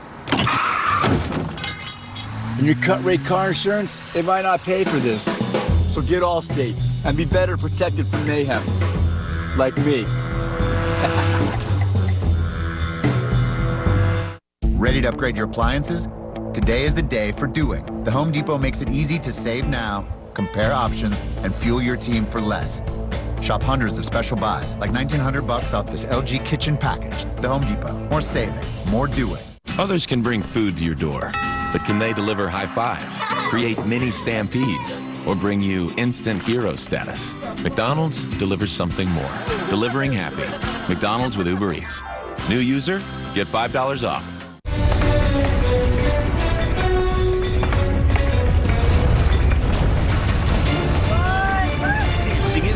and bigger than ever. Premieres live September 16th on ABC. Look at them run. Wednesday, September 25th. The Goldbergs are going on vacation. It's the season premiere with tons of surprises. I think she's flirting with you, Murray. It's just like in the movie. You're being too aggressive. The Goldberg season premiere, Wednesday, September 25th on ABC. This is Will preparing for takeoff. And this is a loving reminder from his wife. Tray table. This is Will finally depositing that expense check. Seatbelt. Oh, and this is Will paying his brother-in-law back with Zelle for their annual camping trip. Seat back. And this is Will finally relaxing for the long flight. This is your right here, right now bank. This is Wells Fargo. Honey, this geek speed internet is ridiculously fast. You're seriously keeping up with the Joneses. Keeping up with the Fords. Keeping up with the Garcias. The Romeros. Patels. Willansky's. Right. No one's gonna have internet like this. Xfinity makes keeping up with the Joneses simple, easy, awesome. Want gig speed internet? We've got you covered. Or check out our other amazing speed options. Get started now for as low as $44.99 a month with no term contract required. Click, call, or visit a store today. The shutdown is almost over. What you can expect Monday at 6. Cassidy Hubbard here, and let's take a look at one of AT&T's best performances, BYU and Tennessee. 20 seconds to go. BYU down 3. Zach Wilson to Micah Simon. A 65-yard connection. That would set up a field goal with 5 seconds to go. It was good. BYU now just scored first in overtime. This game over on ESPN. Reese Hervey, back to you. Wow. Cassidy, that's something in Knoxville. Again, LSU right now on the move against Texas with a first down at the Longhorn 26. Joe Burrow into the end zone. Touchdown LSU. Terrace Marshall. Keep saying it. Can take it anytime they want against the corners. These corners are overmatched against these LSU wide receivers and Joe Burrow. Got a safety who gets occupied by Justin Jefferson. It creates a one-on-one to the outside. And the big, tall Marshall, who's got tremendous upside in a mismatch, this time with Kobe Boyce. Boyce on one side, Green on the other, left on islands against this talented group of receivers. Again, they've been exposed all night. Herbie, that puts Marshall at 100 yards. LSU has 2 guys with 100 yards receiving. Another catch for Jefferson. It might be 3. Bayou Bengals up 9. When you finally stop working, will it feel like the end of a journey or the beginning of something even better? When you prepare for retirement with Pacific Life, you can create a lifelong income so you have the freedom to keep doing whatever is most meaningful to you.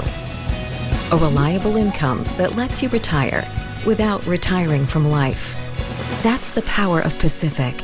Ask your financial professional about Pacific Life today. Hey, Dirk Bentley here. I'm always on the go, and my on-the-go go-to is 5 Hour Energy. Even on my days off, I never slow down. I built these shelves. I've been painting, experimenting with time travel, translating ancient Greek, trying some new music, working as a secret agent. We're still working out the kinks. Sup? Bellissimo. The future is messed up. So for energy on the go, grab a 5 Hour Energy. Works fast, works long, tastes good. Gotta go.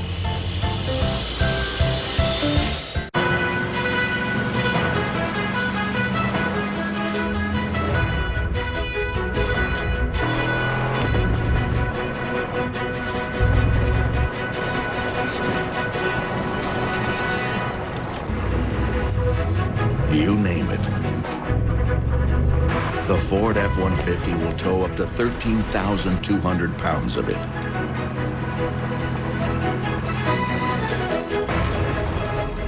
At Zaxby's, the Zensation Salad is back. And introducing the new Zensation Filet Sandwich Meal with hand-breaded chicken, Asian slaw, wonton strips, and citrus vinaigrette. Both served with an egg roll. The Zensation Salad and Filet Sandwich Meal. Only at Zaxby's. Your eyes follow like a spotlight. 'Cause I'm gonna be it tonight. You can be cool, you can be shy. Say what you want, say what you like. 'Cause your body talks, your body talks. Ooh, ooh.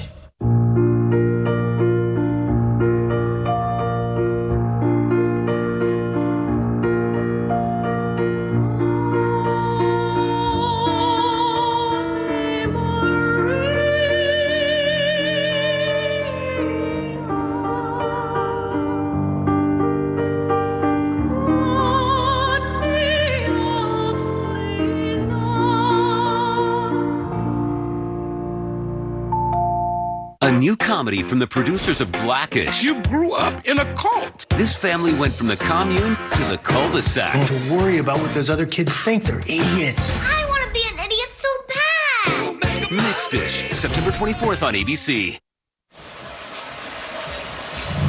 That's the holy grail for college football teams, the College Football Playoff National Championship Trophy presented by Dr. Pepper.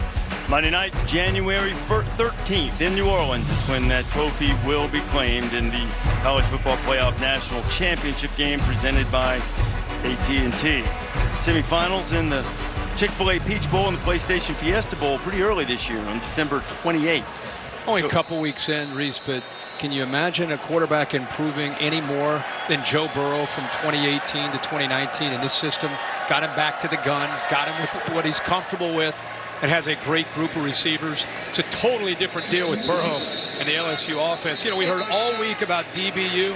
Texas has kind of started to claim that this year. I didn't really know they were in the discussion. I thought it was more about LSU, Ohio State, Florida maybe, but they've been claiming that. LSU didn't like that. This is in the pregame, the warm-up. They took exception to that. They were fired up and actually rallied them this week and, of course, tonight. And all I know is Joe Burrow's had a pretty good night against this young secondary. 23 of 30, 344 yards. Still has almost this entire fourth quarter to go.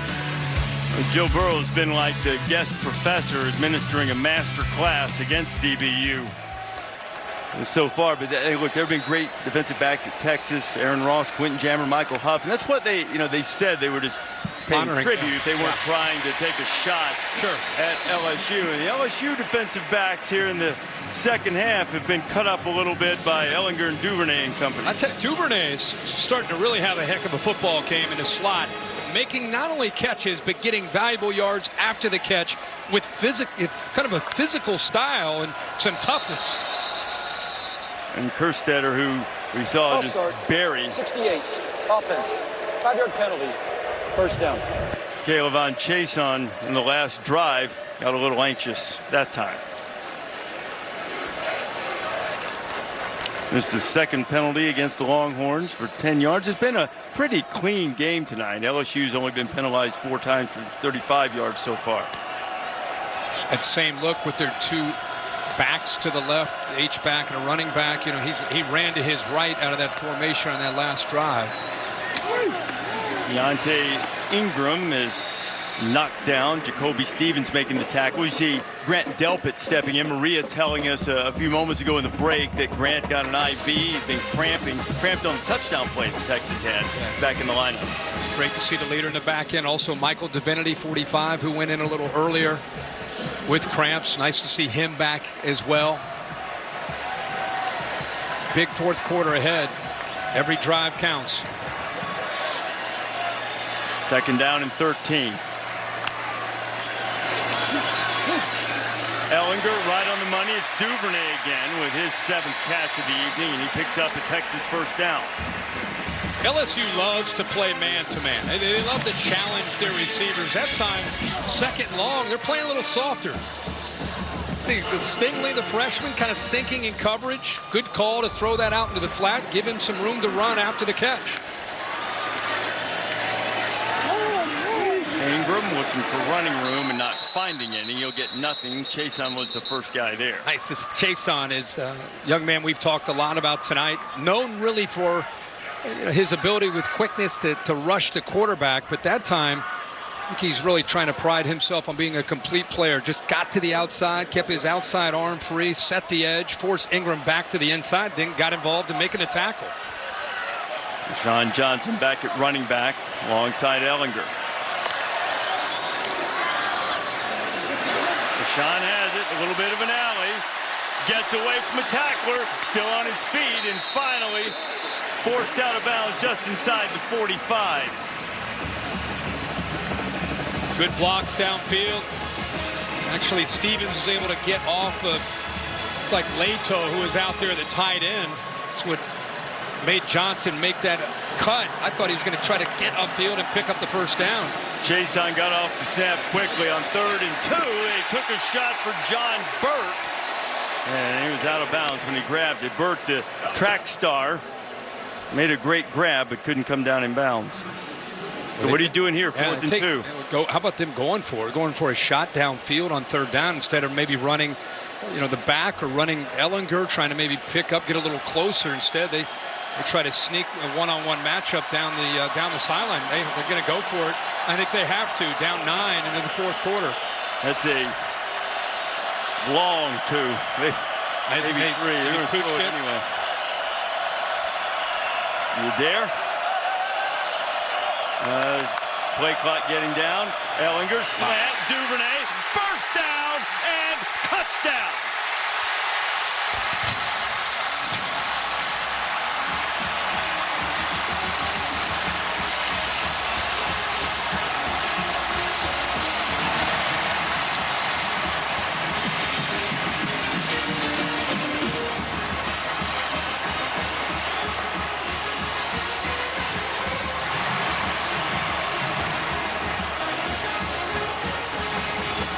That's why you go for it.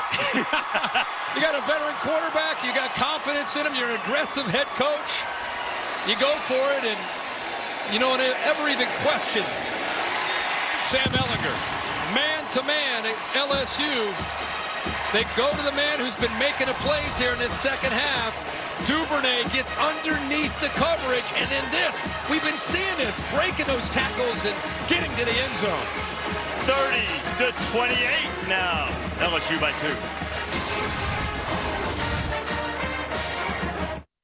2. This is Jerry. Jerry has a membership to this gym, but he's not using it. And he has subscriptions to a music service he doesn't listen to and 5 streaming video services he doesn't watch. This is Jerry learning that he's still paying for this stuff he's not using. He's seeing his recurring payments in Control Tower in the Wells Fargo mobile app. This is Jerry canceling a few things. Booyah. This is Jerry appreciating the people who made this possible. Oh, look, there they are. This is Wells Fargo.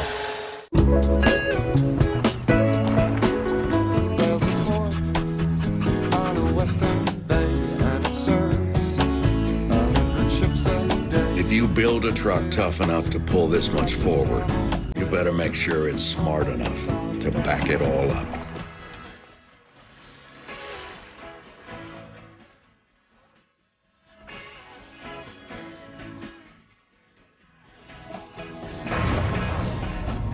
Buy our pizza. Scan our box. Go head to head with our guy. Ping pong with Aaron Dunn. Ping pong pizza party.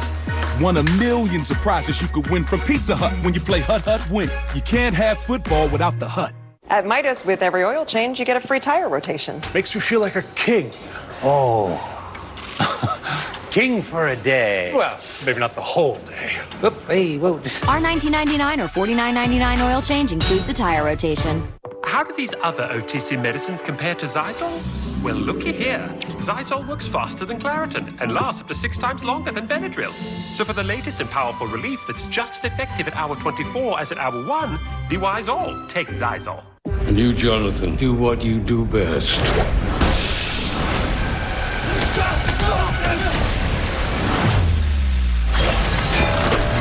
Long live the king.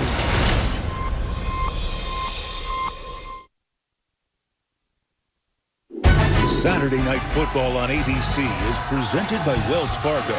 This is a commitment to better banking. This is Wells Fargo. In part by Pacific Life, 150 years strong, protection and retirement solutions for your future. And the Ford F-150, built Ford tough. We had a tremendous scene for College Game Day on the 40 acres LBG lawn this morning, and next Saturday, for the first time in game day history, we're headed to Ames, Iowa State for the Cyhawk. What was that noise I just heard? Is that a noise coming out of Ames, Iowa? They've been wanting game day to come there for a long time. Hey, Reese, let's go back to this touchdown and the way it was designed. Cade Brewer, the tight end, it's his 4th down. He does a nice job of almost setting a screen to give Duvernay a chance to get man-to-man. Look how tough this is for Vincent to be able to get around and make a play. He'd like to make the tackle there, but it was very, very hard in man-to-man with a big tight end setting that screen, kind of a pick to get underneath. But this is the thing that Duvernay's showing tonight. Not just that speed, but being able to pull out of tackles and get more yards. Had a heck of a night. Heck of a second half, Kirk. 7 of his 8 catches in the second half, 105 of his 122 yards and a touchdown in the second. And now Burrow has a chance to answer. Burrow to Leonard Fournette, and he's knocked down immediately for no gain. It's Brandon Jones. Tell you something, we came into this game expecting a competitive game. We were so excited as a crew to come to Austin, Texas. We've been talking about this game for a long time, and to have it live up to this. Joe Burrow, the way he's played, Sam Ehlinger, this is 2 of the best quarterbacks in the country going toe-to-toe and swinging here in the fourth quarter.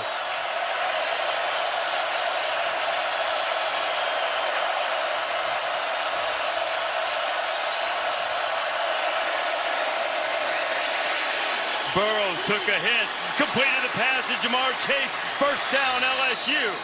Boy, he did take a hit. He knew it was coming with Osai on the blitz. Stared down the barrel and made the throw. Osai comes around. He comes around. Look at, he knows it's coming. He knows it's coming, and he's going to take the hit. It's a clean hit. He throws it accurately. Burrow pass deflected, but still caught. A short game for Joe's 25th completion of the night. Notice that Todd Orlando, the defensive coordinator from Texas, trying to help his corners. What can he do against these great receivers? He's trying to bring them up tighter. Look at the bottom of the screen. You got Green now real tight, trying to make these receivers work to get open.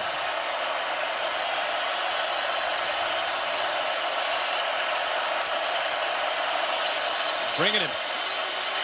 Burrow down the middle, and Thaddeus Moss makes the catch. That was a tremendous grab of an off-target throw. Nice job by Moss. Joe Burrow, the experience of Burrow again coming into play. Watch his eyes. He looks off the safety, knowing he's going to come back and hit Moss over the middle.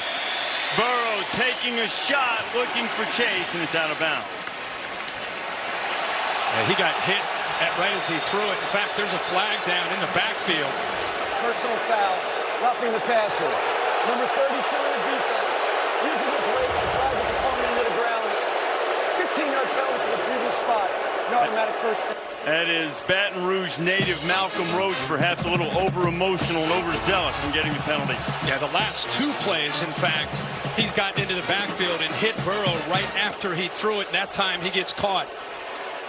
Well, that's a big penalty. Moves the ball now inside the 25-yard line.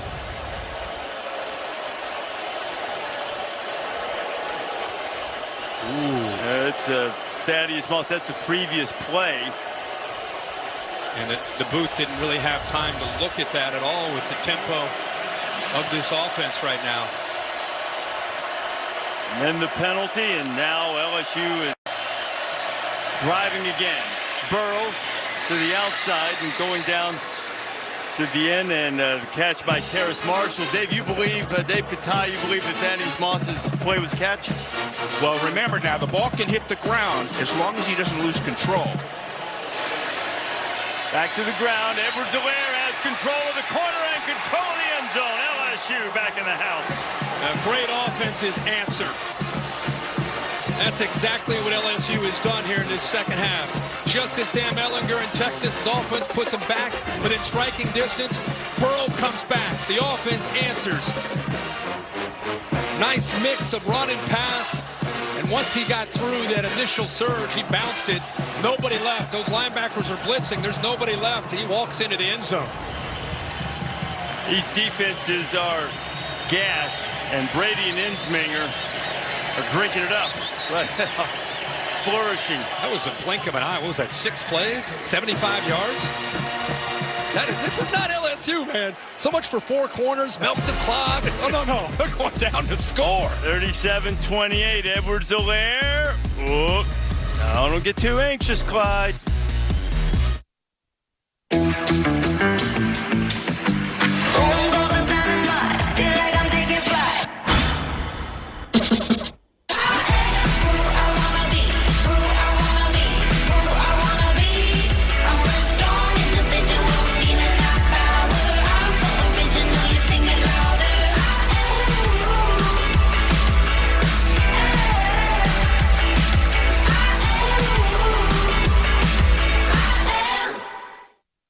Taco Bell invites you to a world where you'll find all your Taco Bell favorites in one amazing $5 box. The $5 Chalupa Cravings box from Taco Bell's Cravings Value Menu.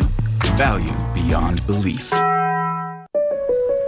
Hey, man. Hello, man. How you doing? My. How the tables have turned. What tables? Well, you have 2 agents. Now I have 2 clients. You've met my new homie, Patrick Mahomes. We're friends. What? Is that why we're here? Well, that's why I brought you here. I don't know why he's here. Well, Aaron takes his favorite agent everywhere. Well played, State Farm. Did we just have a breakthrough? No, don't think so. Okay, great. Good.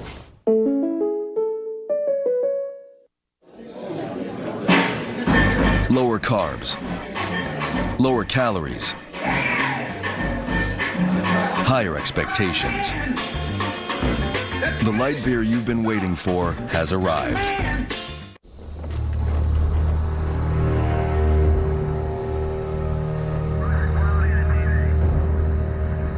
You don't have to go to another planet to be an explorer.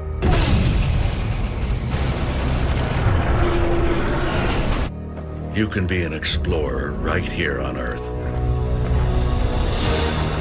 But to do that, you need the right vehicle. The Ford Explorer. The SUV you think of when you think of an SUV. Redesigned from the ground up. For exploring after-school pickups. For exploring new shoes for your daughter.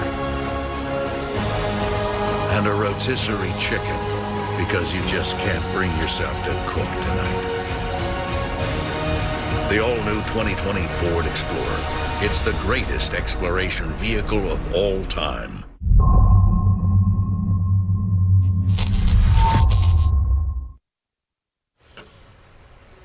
Cassidy Hubbard with a studio update back to Knoxville. Double OT. Tyson Williams gets some help from his friends for the 5-yard touchdown. BYU wins, and after losing to Georgia State last week, Tennessee falls to 0-2 for the first time since 1988. Yeah, it's good. It's good. Hey, this is what we set. This is what we set our dynasty right here. This is what we set our dynasty right here. Michael Divinity stepping up to provide that leadership. Without Devin White, who's going to step up in a game like this? And defenses need to try to make a stop. You know, here in Austin, Kirk, the All-State bus, helping us keep up with all the mayhem on a busy Saturday. What's your mayhem moment for the day? We had some crazy mayhem late throughout this day. There was also some scary moments for Michigan. Army led this game throughout most of the game, but late in the game, Michigan made the plays that they needed to make, went into overtime, came up with a sack, and a little surprised by this celebration beating Army, but nonetheless, it was a big win. They found a way to come back, but they got a lot of work to do on the offensive line before they worry about Ohio State or anybody else for that matter. Sam Ehlinger got some work to do, now down by 9, and Sam scrambles and gets forward before Michael Divinity. Well, we've seen these two quarterbacks go back and forth. You can see the second half that Sam has enjoyed. And I think it's also the way Tom Herman, Tim Beck have called this second half much more aggressively, a little bit more in attack mode against this man-to-man coverage that LSU plays. Pressure coming. Divinity is cut down nicely, but there's other pressure on Ehlinger, and Ehlinger is knocked down. There's Glenn Logan in there celebrating. Looked like Fehoko was giving part of the pressure, and now Texas then a 3rd and long. Well, he looked at Duvernay, but he actually ends up having his tight end here, Brewer, break free here. He's locked into the outside, but if he would have just let this play out, read the coverage, boy, he had a big play there to Brewer, but Duvernay, he's been there so much, I think he had a tendency there to maybe just lock in a little early, a little prematurely. This is a huge 3rd down for the Horns. Ehlinger going up top, and air flags coming, and they will deliver. Todd Harris just all over Colin Johnson, but there's also a flag in the backfield. It's interesting to see what they do here. Definitely pass interference downfield with Todd Harris. Grabbed onto the jersey. Now, initially, you could have said, what about Johnson, a little push off? But You can see Todd Harris grab onto that jersey. Team all during the play, holding. Number 52, offense. Pass interference. Number 4, the defense. These penalties offset. 3rd down. All right. Samuel Cosme's played very well, but that is a costly penalty. And that's holding.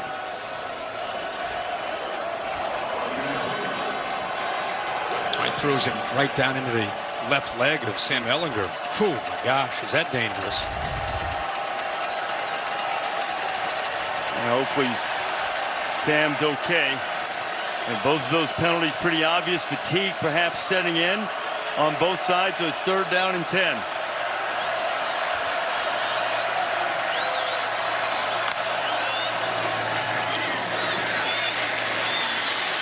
Ehlinger buys a little time, and he finds his man Colin Johnson for the 1st down. That was a huge throwing catch for the Horns.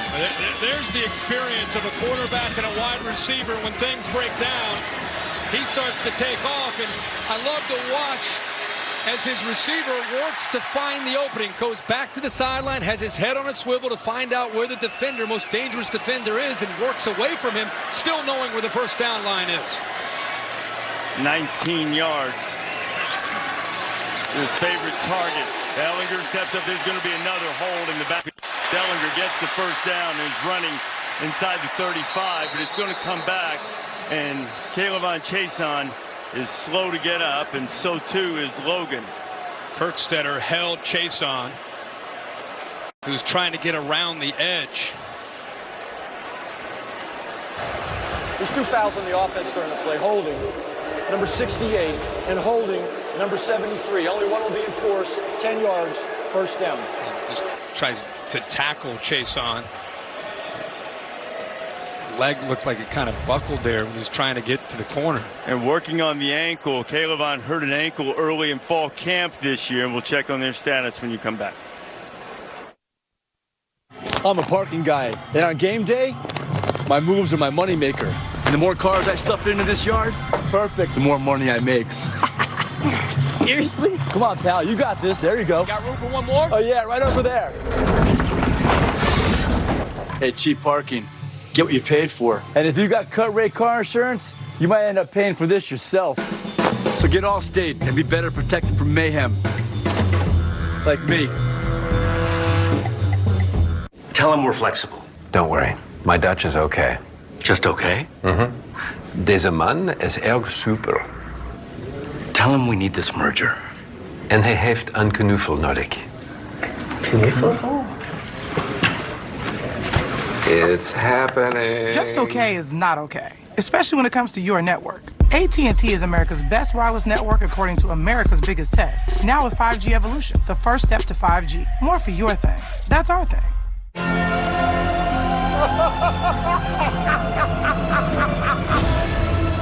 I used to think that my life was a tragedy.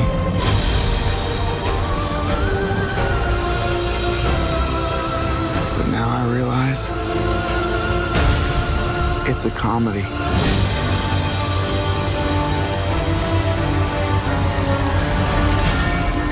You just rated R. College game day and the Home Depot are a tradition, but we've never had our own fight song until now. On game day, smart is how we play. On game day, we fire up the grill all day. On game day, do save win. Do save win. On game day. Built by the Home Depot. It's a hit. Get 2 free bags of pellets when you buy this Traeger grill. The Home Depot. More saving, more doing.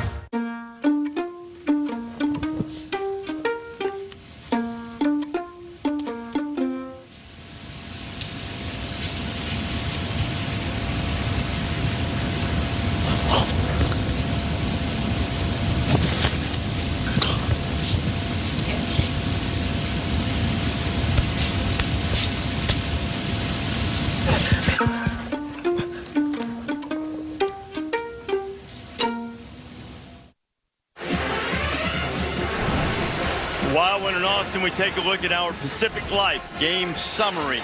How about these quarterbacks? We talked earlier, you hope when you come into a game like this, you get a good matchup, and then you hope that the stars play well, and they have done that. Burrow has been magnificent tonight in this new offense, close to 400 yards, and Sam Ehlinger has continued to bring the horns back after they were down 13 early in the game, and keeps giving them a chance.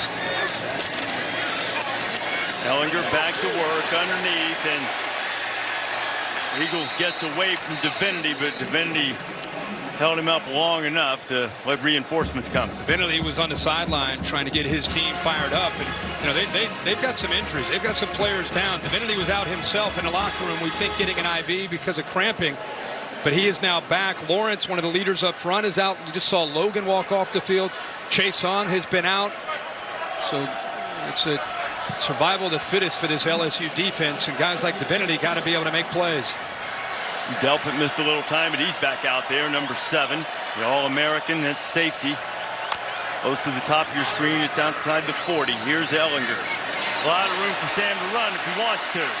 Ehlinger across the 40, and he takes a big hit. Coming in and knocking him down was Marcel Brooks.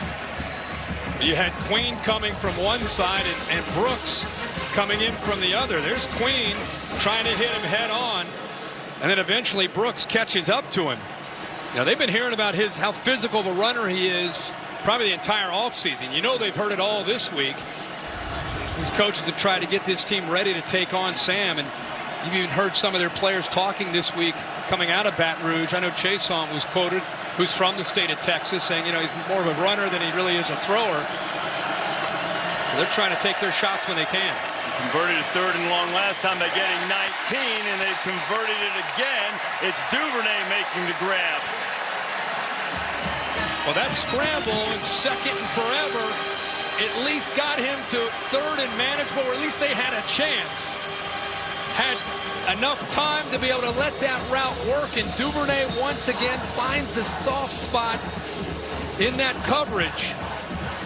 Nice big throwing lane in the middle there too for Ehlinger. Now they're going to look at it again, Kirk, and see if Duvernay made the catch. I say absolutely. Catch? Catch? Catch. At Staples, a bright future starts with the right supplies. So our wide selection of back-to-school essentials is in stock, guaranteed. This week, save big on the supplies they need for success. Staples. Back to school and beyond. Ready to upgrade your appliances? Today is the day for doing, because the Home Depot makes it easy to save now, compare options, and fuel your team for less. Shop hundreds of special buys like these GE laundry pairs, just $5.98 each. The Home Depot. More saving, more doing.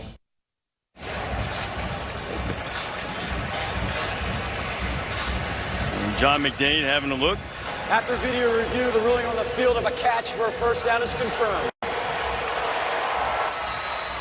And another 3rd and long converted by Sam Ehlinger, and the Longhorns with just under 6 minutes to play, down 9 into LSU territory. How's that for a second half? 8 receptions, 117 yards, and a touchdown. And they just keep going back to him.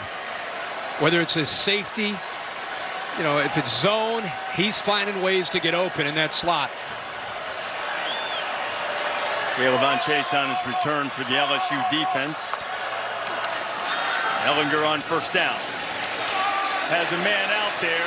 Ehlinger, and there's going to be pass interference flags coming on Christian Fulton.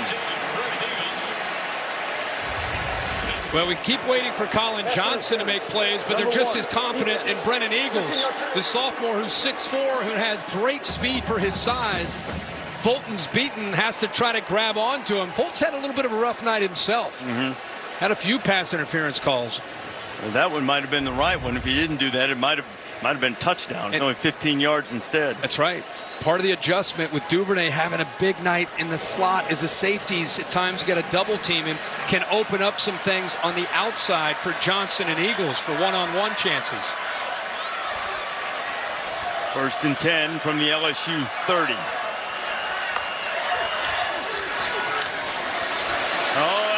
Can't afford the sack, but he took it, and guess who's there?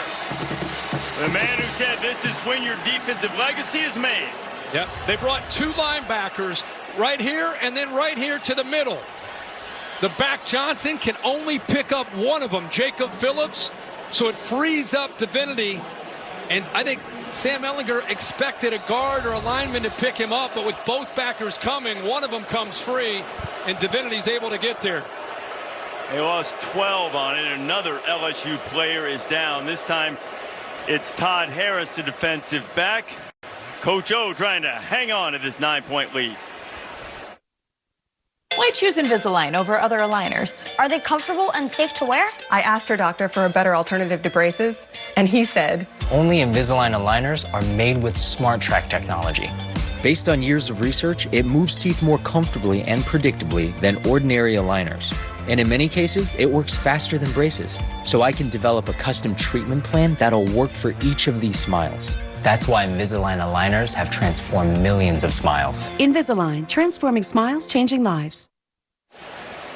Boy, stay tuned after this barn burner, except on the West Coast, for your late local news over most of these ABC stations. And be sure to turn to ESPN later for SportsCenter for all of the highlights from college football and all of the day in sports. Prominent among those highlights, one would surmise, would be this thing that we have going on right now. Top 10 showdown in Austin. LSU with a 37-28 lead, but the Horns on the move, and now with a long second down to deal with after the sack. Todd Harris, the latest LSU player to apparently deal with cramps, had a couple of guys go and get IVs. It's been a hot day in Austin, over 100 degrees, and still into the 90s deep into this game. We've seen the defenses get a little gassed and gashed as we've gotten deeper into it.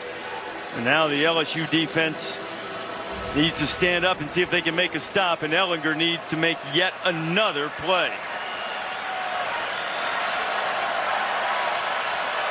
He's been doing it all night.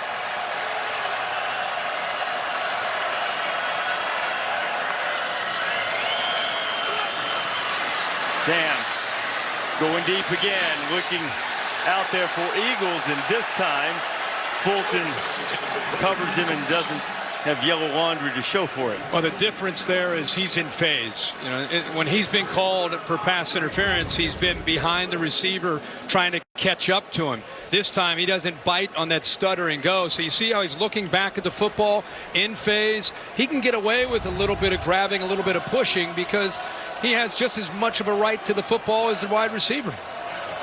Oh, well, Dave's fired up up here. Yeah. I've been well schooled by Dave.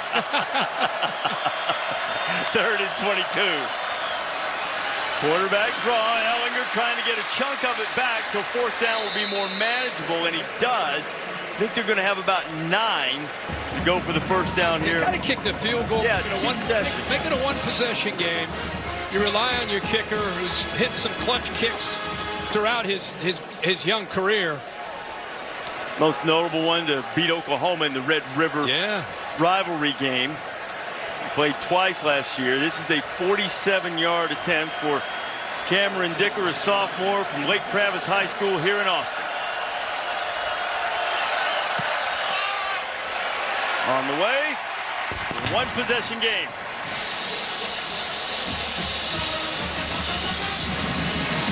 Under 4 minutes to go. Horns have all their timeouts, but their defense going to need to slow down LSU, something they haven't done much in the 4th quarter. Aerial coverage tonight provided by Goodyear. From end zone to end zone, Goodyear is more driven. Also like to remind you to help people affected by Hurricane Dorian. Your donation will support Red Cross preparation, response, and recovery efforts in the United States and the Bahamas. Go to redcross.org/ESPN or call 1-800-RED-CROSS. Donate now, and certainly our hearts continue to go out. And if you can help, we hope that you will. So now, under 4 minutes to go, Texas defense hasn't done much. What do they need to do? Now, I'm surprised Texas or LSU bringing the hands team out. You got 4 minutes to go. You got 3 timeouts. I mean, I know the defense hasn't played great, but you got to kick the ball down the field and hope your defense can get them, the LSU offense, off the field. It's been tough to do for them. obviously, from the second quarter on. Gets his hands to him. I might just try to pop it down around the 35 and see if he can create a scramble and maybe get another member's bounce. Instead, they'll play it safe and hammer it deep. LSU will start on the 25. Joe Burrow has had a career night. Everything you could hope for in this new offense, and has been able to anticipate. Look at that, ball's in the air. Receiver's still running his route. Ball is out. That's where he has been tonight. In rhythm. Even at times when they've challenged him. Look at the accuracy, where he's putting this football, and he's playing with a ton of confidence. Recognizes the weakness, sees that hole, man-to-man, makes a perfect throw. What I want to know is, do you run the ball? Do you work clock? Do you force them to use timeouts? Texas has got to pin their ears and come after Burrow and anticipate the run. They've got to sell out here, which means they got to leave their corners in man-to-man coverage, which has been a problem all night. We're approaching 1,000 yards of offense here tonight, partner. LSU's at 500. Burrow, complete. This Harris Marshall ball came out. Right now. Line judge coming in and pointing down. The ruling on the field is a catch by the receiver and then tackled down by contact prior to the ball becoming loose. And he came in right away. By the way, my point of, look at this, Ellis. I mean, are you kidding me? Are they going to get conservative? They're going to run the ball? They're going to make Texas use timeouts? Instead, they come out throwing on the very first play. The whistle's blowing. I think they want to take a closer look at that. I don't know that I've seen a definitive look. Tom Herman's trying to get a timeout to give them more time to take a peek. Joe Burrow trying to go fast. He's forcing these officials upstairs to take a look, see if that ball came out. It looked like the back of his arm touched the ground, and then the ball came out, which would mean he's down. Yep. And David, runner's down right there. That ankle almost looked like the ball was moving first, but what if the contact with the elbow causes the ball to move? That elbow, remember, it's anything other than the hand or foot. That elbow puts him down. And from what I'm seeing right here, it looks like there's not enough ball movement or anything to show a loss of control before. Let's take a look at this right now. You don't see the ball move yet. Not moving at all. Now it's not moving. Now you got the elbow down and maybe part of the forearm. Now the ball moves. Yeah. I don't see them changing this call. And they called that on the field down right away. They jumped in there. And remember, the call on the field is to be presumed right. After video review, the ruling on the field of a catch and then down by rule is confirmed. First down. Confirmed. I think they all saw what we saw. So Tom Herman, in the meantime, burns a timeout. Every timeout at this point in the game matters. You can understand him wanting to take the risk, take the chance just in case. Joe Burrow was going so fast. Give the replay booth enough time to take that extra look. And in the process, he burned that timeout. Have a look at this. Burrow now with the fourth 400-yard passing game in LSU history. And not all the Longhorns necessarily agreed with that call. I'm just amazed they continue to trust Joe Burrow in this case. You're up by 6. You'd think if you pull out most offensive coaches, the playbook with 353, you would think there'd be more of a run game forced in. But I'm telling you up here, I love it. Don't get me wrong, but this is LSU we're talking about, the king of conservative. And they're out here throwing it around with Burrow with the lead. I think they've abdicated that throne of being king of conservative.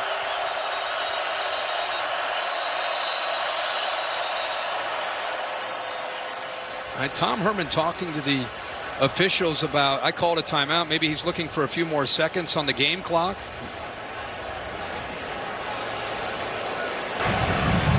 The game clock was erroneously started because of the charge timeout charged to Texas. Yeah. But the game clock operator, please put 3:53 back on the clock, and the clock will correctly start on the snap. Tom Herman's thinking, we're playing here in Austin, fellas. He's looking up at the boys like, come on, man, help me out. Who he needs help from right now is the defense, which has been filleted by Joe Burrow, particularly here in the second half. Really started in the second quarter and hasn't let up much. Look at those eyes.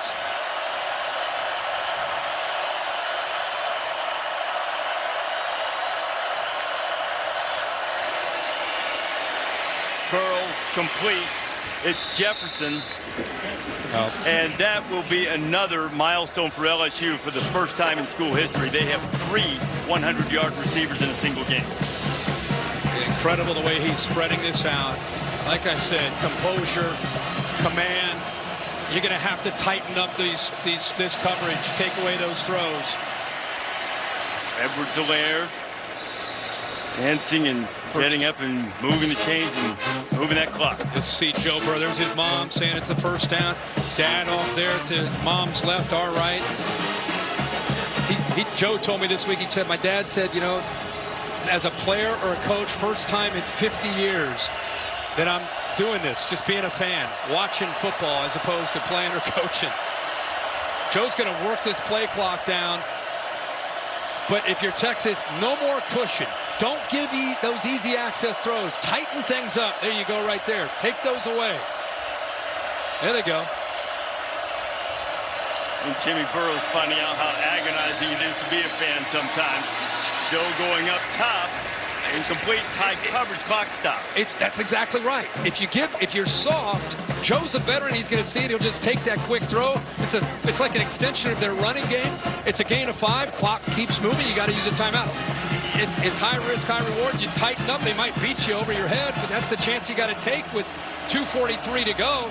Don't give those easy throws away. Tighten things up and challenge those wide receivers. It's worth the risk.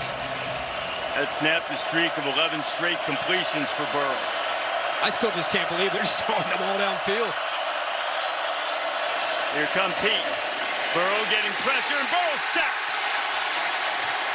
Brandon Jones, the secondary leader, came off the corner. Now it's 3rd and long. Interesting here, Reeves. I want you to watch the offensive line, including the tight end Moss. They're going to slide this way. The blitz comes from here. Nobody picks up the blitzer. They're sliding to their left. Nobody there to account for them. Even the running back, tight end and running back are on that side. They work to the left. Nobody picks up the blitzing safety, the veteran Brandon Jones, and that's exactly what Texas needed. They needed it desperately. They called the timeout. A 3rd and 17 coming up. Boy, this crowd, when the timeout is over, and Burrow gets that offense up there and that defense is getting revved up, you're going to see the new Texas atmosphere here.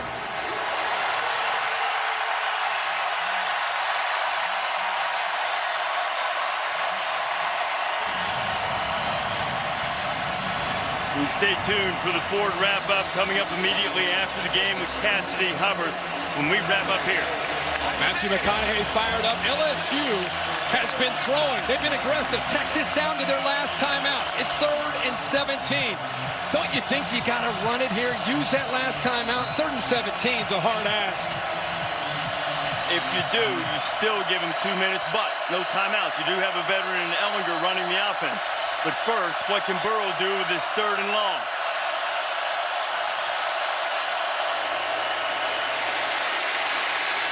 Over the middle, complete to Jefferson. First down, on his way, and that might be the knockout punch.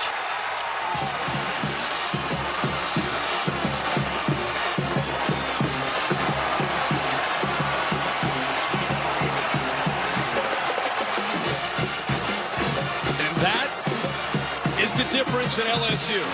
You know, even me up here, I'm thinking, you got the lead. Run the ball, make them use that last time out. But this is 2019 LSU. This is Joe Burrow. Forget that. We're here to win. We're here to play for championships. And wait until you see him maneuver and work his way around that pocket and make that throw. The linebackers are coming. They're trying to bring the pressure here and here. Watch Joe Burrow work his way, navigate his way, and throw it right in the face of another blitzing safety, Chris Brown. And then there's Justin Jefferson doing what he does after the catch. He's had a huge night himself. But this is incredible. Look at the ball position. 2 hands on the ball, protecting it. An accurate throw. 3rd and 17. Just amazing to see Joe Burrow working tonight.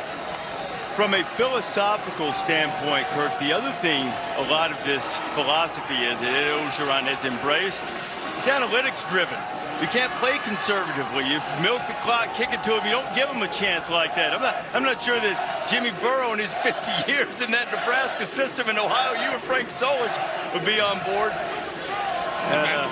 Matthew McConaughey, and I think a lot of Texas fans, at some point, if LSU beats you the way they played tonight, you just kind of step back and tip your cap to what they've done. On the road, playing the way they have, and they're going to go for 2 here.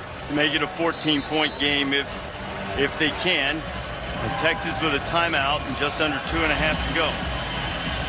Once they get it back, we'll see if Burrow can stretch the lead to 14. Into the end zone, and it's good. Jamar Chase, and a little smile starting to creep around the edge of Coach O's lips. Well, Jefferson is able to work his way from the inside right here and works across. You have a post behind it, but really, Texas ends up playing man-to-man. They rolled the dice. If they're going to throw it, we're going to go do what we do best, which is blitz and play man-to-man.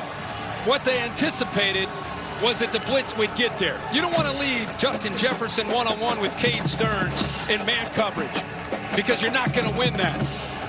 Justin Jefferson, 9 receptions, 163 yards on a night, and 3 touchdowns. He's wired different, man. Yeah. He's just wired a little different. He's been a terrific leader. Ogeron calls him a game changer. And he's got a little ornery streak to him there. He's waving goodbye to the crowd. And I don't know if he needs to do all that. I think he's had a perfect night. Just focus and execute and walk out of here as a class act and really what he is. But his team loves him. They want to play for him. This is a dangerous LSU team in the SEC this year. We're coming down to the final 2.5. Let's take a look at this week's college football rankings brought to you by Northwestern Mutual. Clemson with a solid win. I think LSU is going to make everybody won. I understand that. Yeah, I mean, I move them up a little. When you go on the road and win a game like this, they end up winning it. Go on the road and win like this, you obviously should be rewarded. And we really haven't seen some of the teams that are up ahead of them, just haven't seen them play anybody yet. Not to say that they should be penalized. It's really more about LSU being rewarded. Ellinger is sacked. Chris Felica mentioned on College Game Day this morning that against top 10 teams not named Alabama, Coach O had great success. And if they can hang on to this 14-point lead for the last 2 and change, Ed Ogeron will move to 6-0. With LSU against top 10 teams not named Alabama. Ellinger gets the first down and keeps a little bit of hope alive for the Horns. Yeah, not to just continue to bring this up over and over, but this is all the way back to 2012. They've averaged, think of that, 2012, 25 points a game. You're used to seeing them being ultra conservative. It's frustrated their own fan base. And it frustrated Coach O enough for him to go to the Saints and talk to Joe Brady to come over and help them learn about the spread, learn about getting their receivers out, getting their speed in space, and getting Joe Burrow in a more comfortable position to attack. Not just let's play it safe, let's attack, which is exactly what we've seen tonight for 60 minutes from this offense. Where are you going to rank them this week? I'd have to put them in the top 2 or 3. I mean, it's just they deserve it. Maybe. Would you put them ahead of Alabama? Would you put them ahead of Ohio State? I don't know. I'd have to look at what other teams did, but well, no one has a more impressive win. I wouldn't say. If they end up winning 45-31, it's not just the winning the game. It's how they've had to continue to fight back on the road in this environment against a really good quarterback and a really good offense. I mean, you could make a strong case for putting them at number 1. I don't disagree. I think they might wind up there. Tomorrow night, Sunday Night Baseball crew will be at Fenway Park in Boston for the season's final series between the American League East leading New York Yankees and the Red Sox. Coverage starts baseball tonight, Sunday night countdown at 7 o'clock Eastern time. Then the Yankees and Red Sox at 8. It's also streaming live on the ESPN app. It's an interesting thought. I mean, these polls so often they're about what happened last year and how the season ended last year. And to me, it's about this year. And what did they do in their? I know they didn't play anybody in their first game, Georgia Southern 55-3, but I don't. Some teams play teams like that and they just do enough to get through, and it's not always pretty.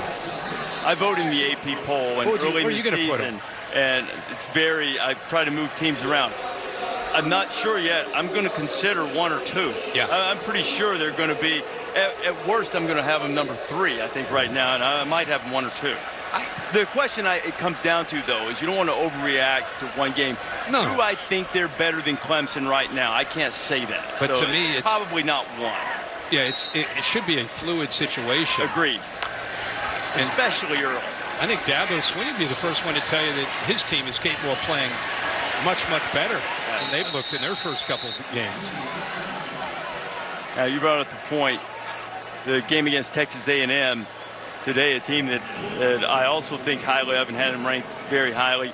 It never felt like at any point that A&M had a chance to win that game. No.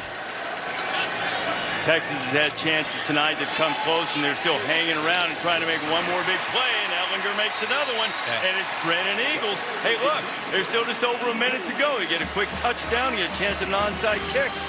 Well, you wouldn't expect 11 to go away. Nope. You know, he's just going to keep fighting to the last whistle.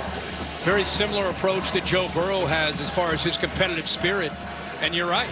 I mean, if you can punch one in and still have an onside kick. Ellinger's approaching a 400-yard passing night as well. And Ellinger will pull it down and head to the sidelines, get out of bounds, stop the clock, chased down by Jacoby Stevens. Yeah, good decision. He looked like he was heading up to the middle of the field and saw that defense and did a good job getting out of bounds to stop that clock, save that one last timeout that they have. You know, Duvernay's had chances to make a lot of plays, but down in the red area, once they get down close to the end zone, you start to look for the length of Eagles 13 at 6'4" and Colin Johnson, number 9 at 6'6". We got big Malcolm Epps in there too. He's also 6'6", number 85. The inside receiver at the bottom of the screen. Ellinger to get rid of it. Duvernay another catch. Stopped short of the first down. See, LSU will take that all day. Yep. Tackle him short of the first down, middle of the field. They're giving that up all day. Let that clock keep moving. Texas still with one timeout in his pocket, hoping to be able to hold that one. Duvernay to get the first down and get out of bounds, and he does. And it looks like a holding call right in front of where he was trying to get around. Stingley could not get away from the Texas wide receiver. Number 13, offense. Eagles. 10-yard penalty, 3rd down. The Eagles has had 5 catches for 116 yards and a touchdown tonight. Called for the hold. This is a really, really good Texas team too. They've fought valiantly. They've a little thin in some spots, most notably at running back, some spots on defense too. But this is a good team. They're going to have to get better at corner before they get ready down the road for Jalen Hurts and Lincoln Riley. But this is a good team. This is going to be a very competitive team. You know, that whole Texas is back. They're not back. This is a good football team that still has a lot to accomplish in 2019. 38 seconds. Texas fight still showing, but time is dwindling away and the mountain is steep. Ellinger throwing to the end zone. Colin Johnson, that'll be pass interference. He got behind Todd Harris, and Todd Harris said, I'm just going to tackle you. I'm just not going to give up the touchdown. It's a smart play. Yeah. Again. Yeah. In the NFL, it's at the ball's at the 1 yard line. Yep. And here you're gonna give up some yards, but Harris, you could see he just went airborne. See how Johnson got behind him. If he doesn't do that, it's a touchdown. Good adjustment by Colin Johnson working to get behind Todd Harris. So Texas picks up this first down. They'll move the ball to the 15 now.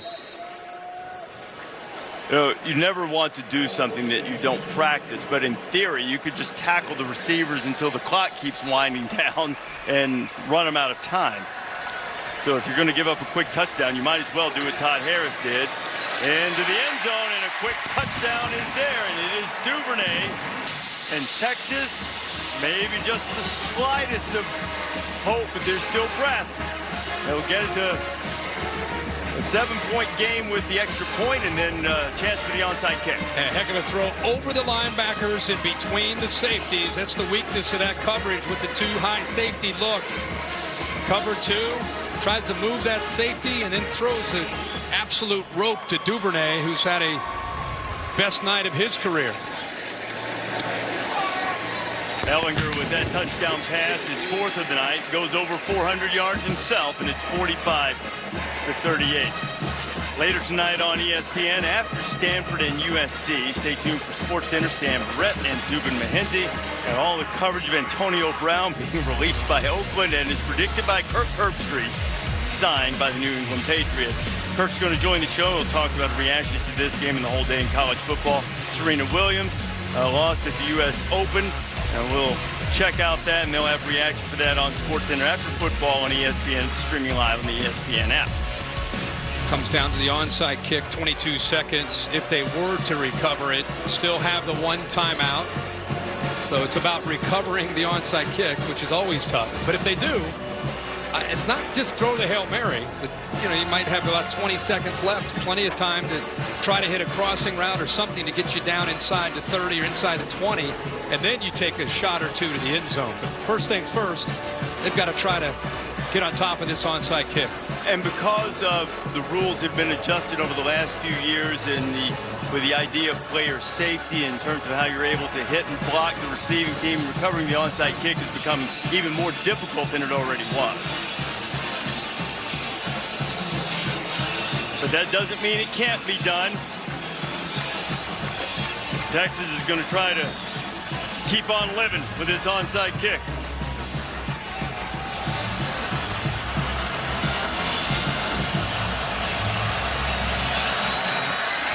The big hop, it's loose! It's loose in Texas if they controlled it.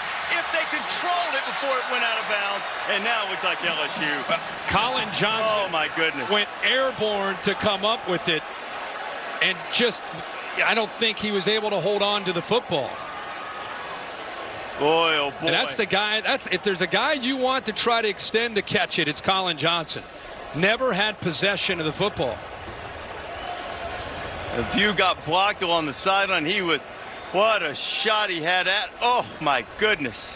Takes a perfect bounce, goes somehow just right through all the LSU players, but he never see the ball on the ground. Never had it. The ruling on the field is that the first and only touch of the ball was by the kickers legally after the ball went 10 yards.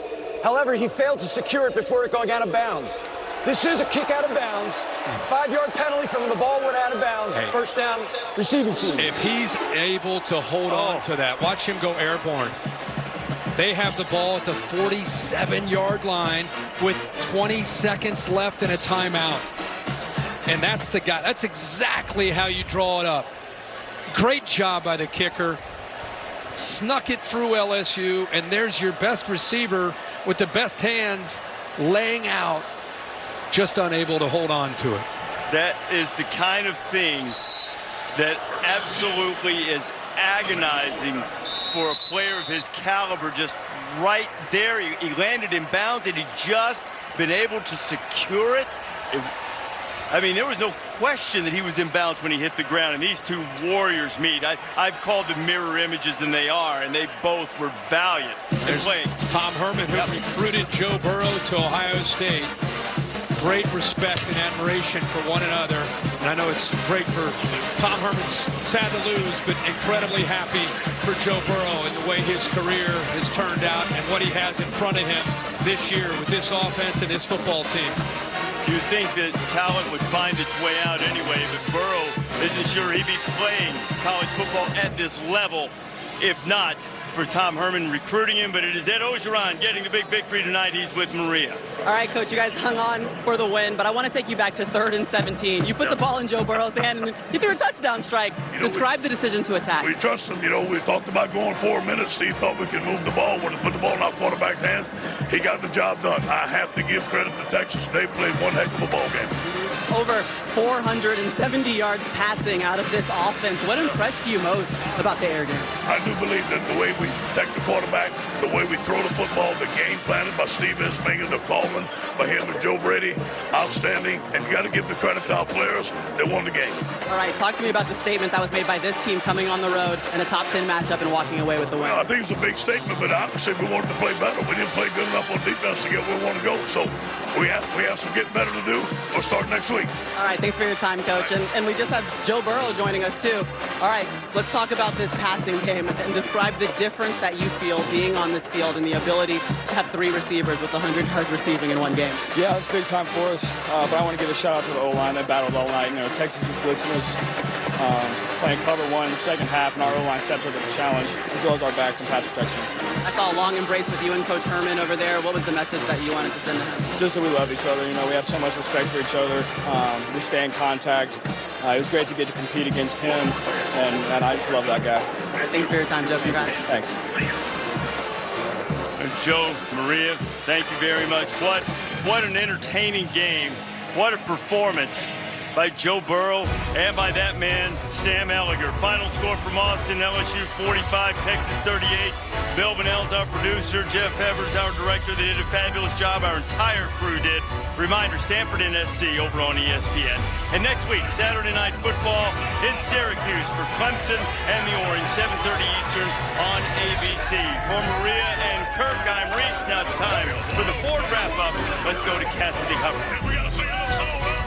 What a battle there in Austin. Welcome to the Ford Wrap-Up. I'm Cassidy Hubbard. Now, in the other ranked matchup of the day, number 12 Texas A&M came in with a lot of confidence against top-ranked Clemson. Offensive lineman Jared Hocker even promised an upset. But those talks died quickly in Death Valley as the Tigers made their statement on the field. And Trevor Lawrence also hushed the combo about his so-so Week 1 performance with this beauty of a passing TD. He also ran for one as Clemson got their 17th straight win, tying a school record 24-10, the final. Now, the top 5 teams in the country all took care of business in Week 2. Bama, Georgia, and Oklahoma all scoring more than 60 points, while Ohio State shut out in-state foe Cincinnati. Number 7, Michigan was in a nail-biter against Army. Double overtime. Army's Kelvin Hopkins Jr. sacked. Fumbles recovered by Michigan, and the Wolverines survived barely, 24-21, the final score there. Meanwhile, number 25 Nebraska couldn't hold off Colorado. Isaac Armstrong misses the 48-yard field goal, and after trailing 17-0 at the half, the Buffs stormed back for the 34-31 overtime win. Now, Syracuse may have been ranked 21st, but Maryland was favored, and they showed why. Anthony McFarland with one of his 3 total TDs. The Terps put up 63 and have scored 142 total points in 2 games this season. Fear the Turtle. And right now on ESPN, Pac-12 After Dark, number 23 Stanford at the Coliseum to take on USC. The Cardinal up 17-10 with about 10 to play in the second. Again, on ESPN right now. You've been watching the Ford Wrap-Up, sponsored by the 2019 Ford Expedition Stealth Edition. See you guys next week. Both those things up so far here this season. Meanwhile, for Arkansas, that's 12 straight losses against SEC teams going back to last season. All right, there's a lot happening right now. Let's go to Austin, Texas. LSU and the Horns. LSU up 2. Joe Burrow, Terrace Marshall, touchdown, and the lead goes to 9. But Texas, as they have all second half, answers back. Sam Ehlinger, quick hitter to Devin Duvernay, and Duvernay does the rest. What you're looking at is 2 defenses that are absolutely gassed right now. The temperature today was close to 100 degrees. They've been on the field an awful lot because of these offenses and how quickly they score. You almost get the feeling it's going to be the team that has the ball last that's going to be able to win this game. Clyde Edwards-Helaire then. Next LSU drive. Touchdown. The lead is 9 again, 37-28, and that is where we sit right now. 6 minutes and change going on. Actually, we can update 5.5 minutes to go. There will be a defensive pass interference on LSU. Texas is once again driving. Ehlinger at 347 and 3 touchdowns. Burrow nearly 400 yards passing. His 300-plus is his first 300-yard passing game in his career against Power 5 opposition, 37-28. We are going to continue to watch that for you and update it. The shocker in this league right now happened just a bit ago in Knoxville, Tennessee overtime. Tennessee and BYU, former Tar Heel, former Gamecock, current Cougar, Tyson Williams plows his way into the end zone for BYU. And in overtime, the Cougars knock off the Volunteers, who are 0-2 for the first time since 1988. And they both come at home, happening right now. Let's get you to Knoxville and head coach Jeremy Pruitt. Obviously come out on the wrong end of it. You know, it's a tough one to swallow. You know, it's hard to figure out how do you lose that game. But then when you start thinking about it, there's 2 4th and 1s in the game that we don't get. We have 2 guys running open right before the half for touchdowns that we don't hit, and we end up settling for a field goal. We turn the ball over in the red area. We don't get a turnover. We got 1 turnover in 2 weeks. You know, and then give up a 70-yard play with 17 seconds left on the clock. So it's hard to figure that one out. But hey, we'll go back. We'll coach them up. You know, get them where we understand situations better, and we got to execute. But one thing I'll say, there was some guys that were fighting out there on both sides of the ball. It was a hell of a game, competitive game. You know, and we didn't make the breaks there at the end. So we got to get back on our feet this next week and get going, and got to give BYU credit. They never gave up. They kept fighting and done a nice job and won the game. Jimmy, then David. Jimmy, what defense were you in at the end when BYU get that long? The one that you don't let them throw it for 75 yards in, Jimmy. David. I mean, you know what I'm saying? Were we trying to play a prevent or what? Well, there's 17 seconds left on the clock, right? They have no timeouts.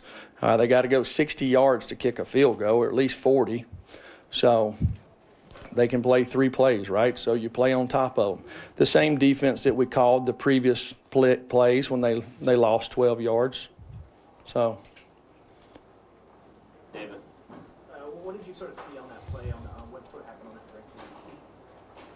70-yarder?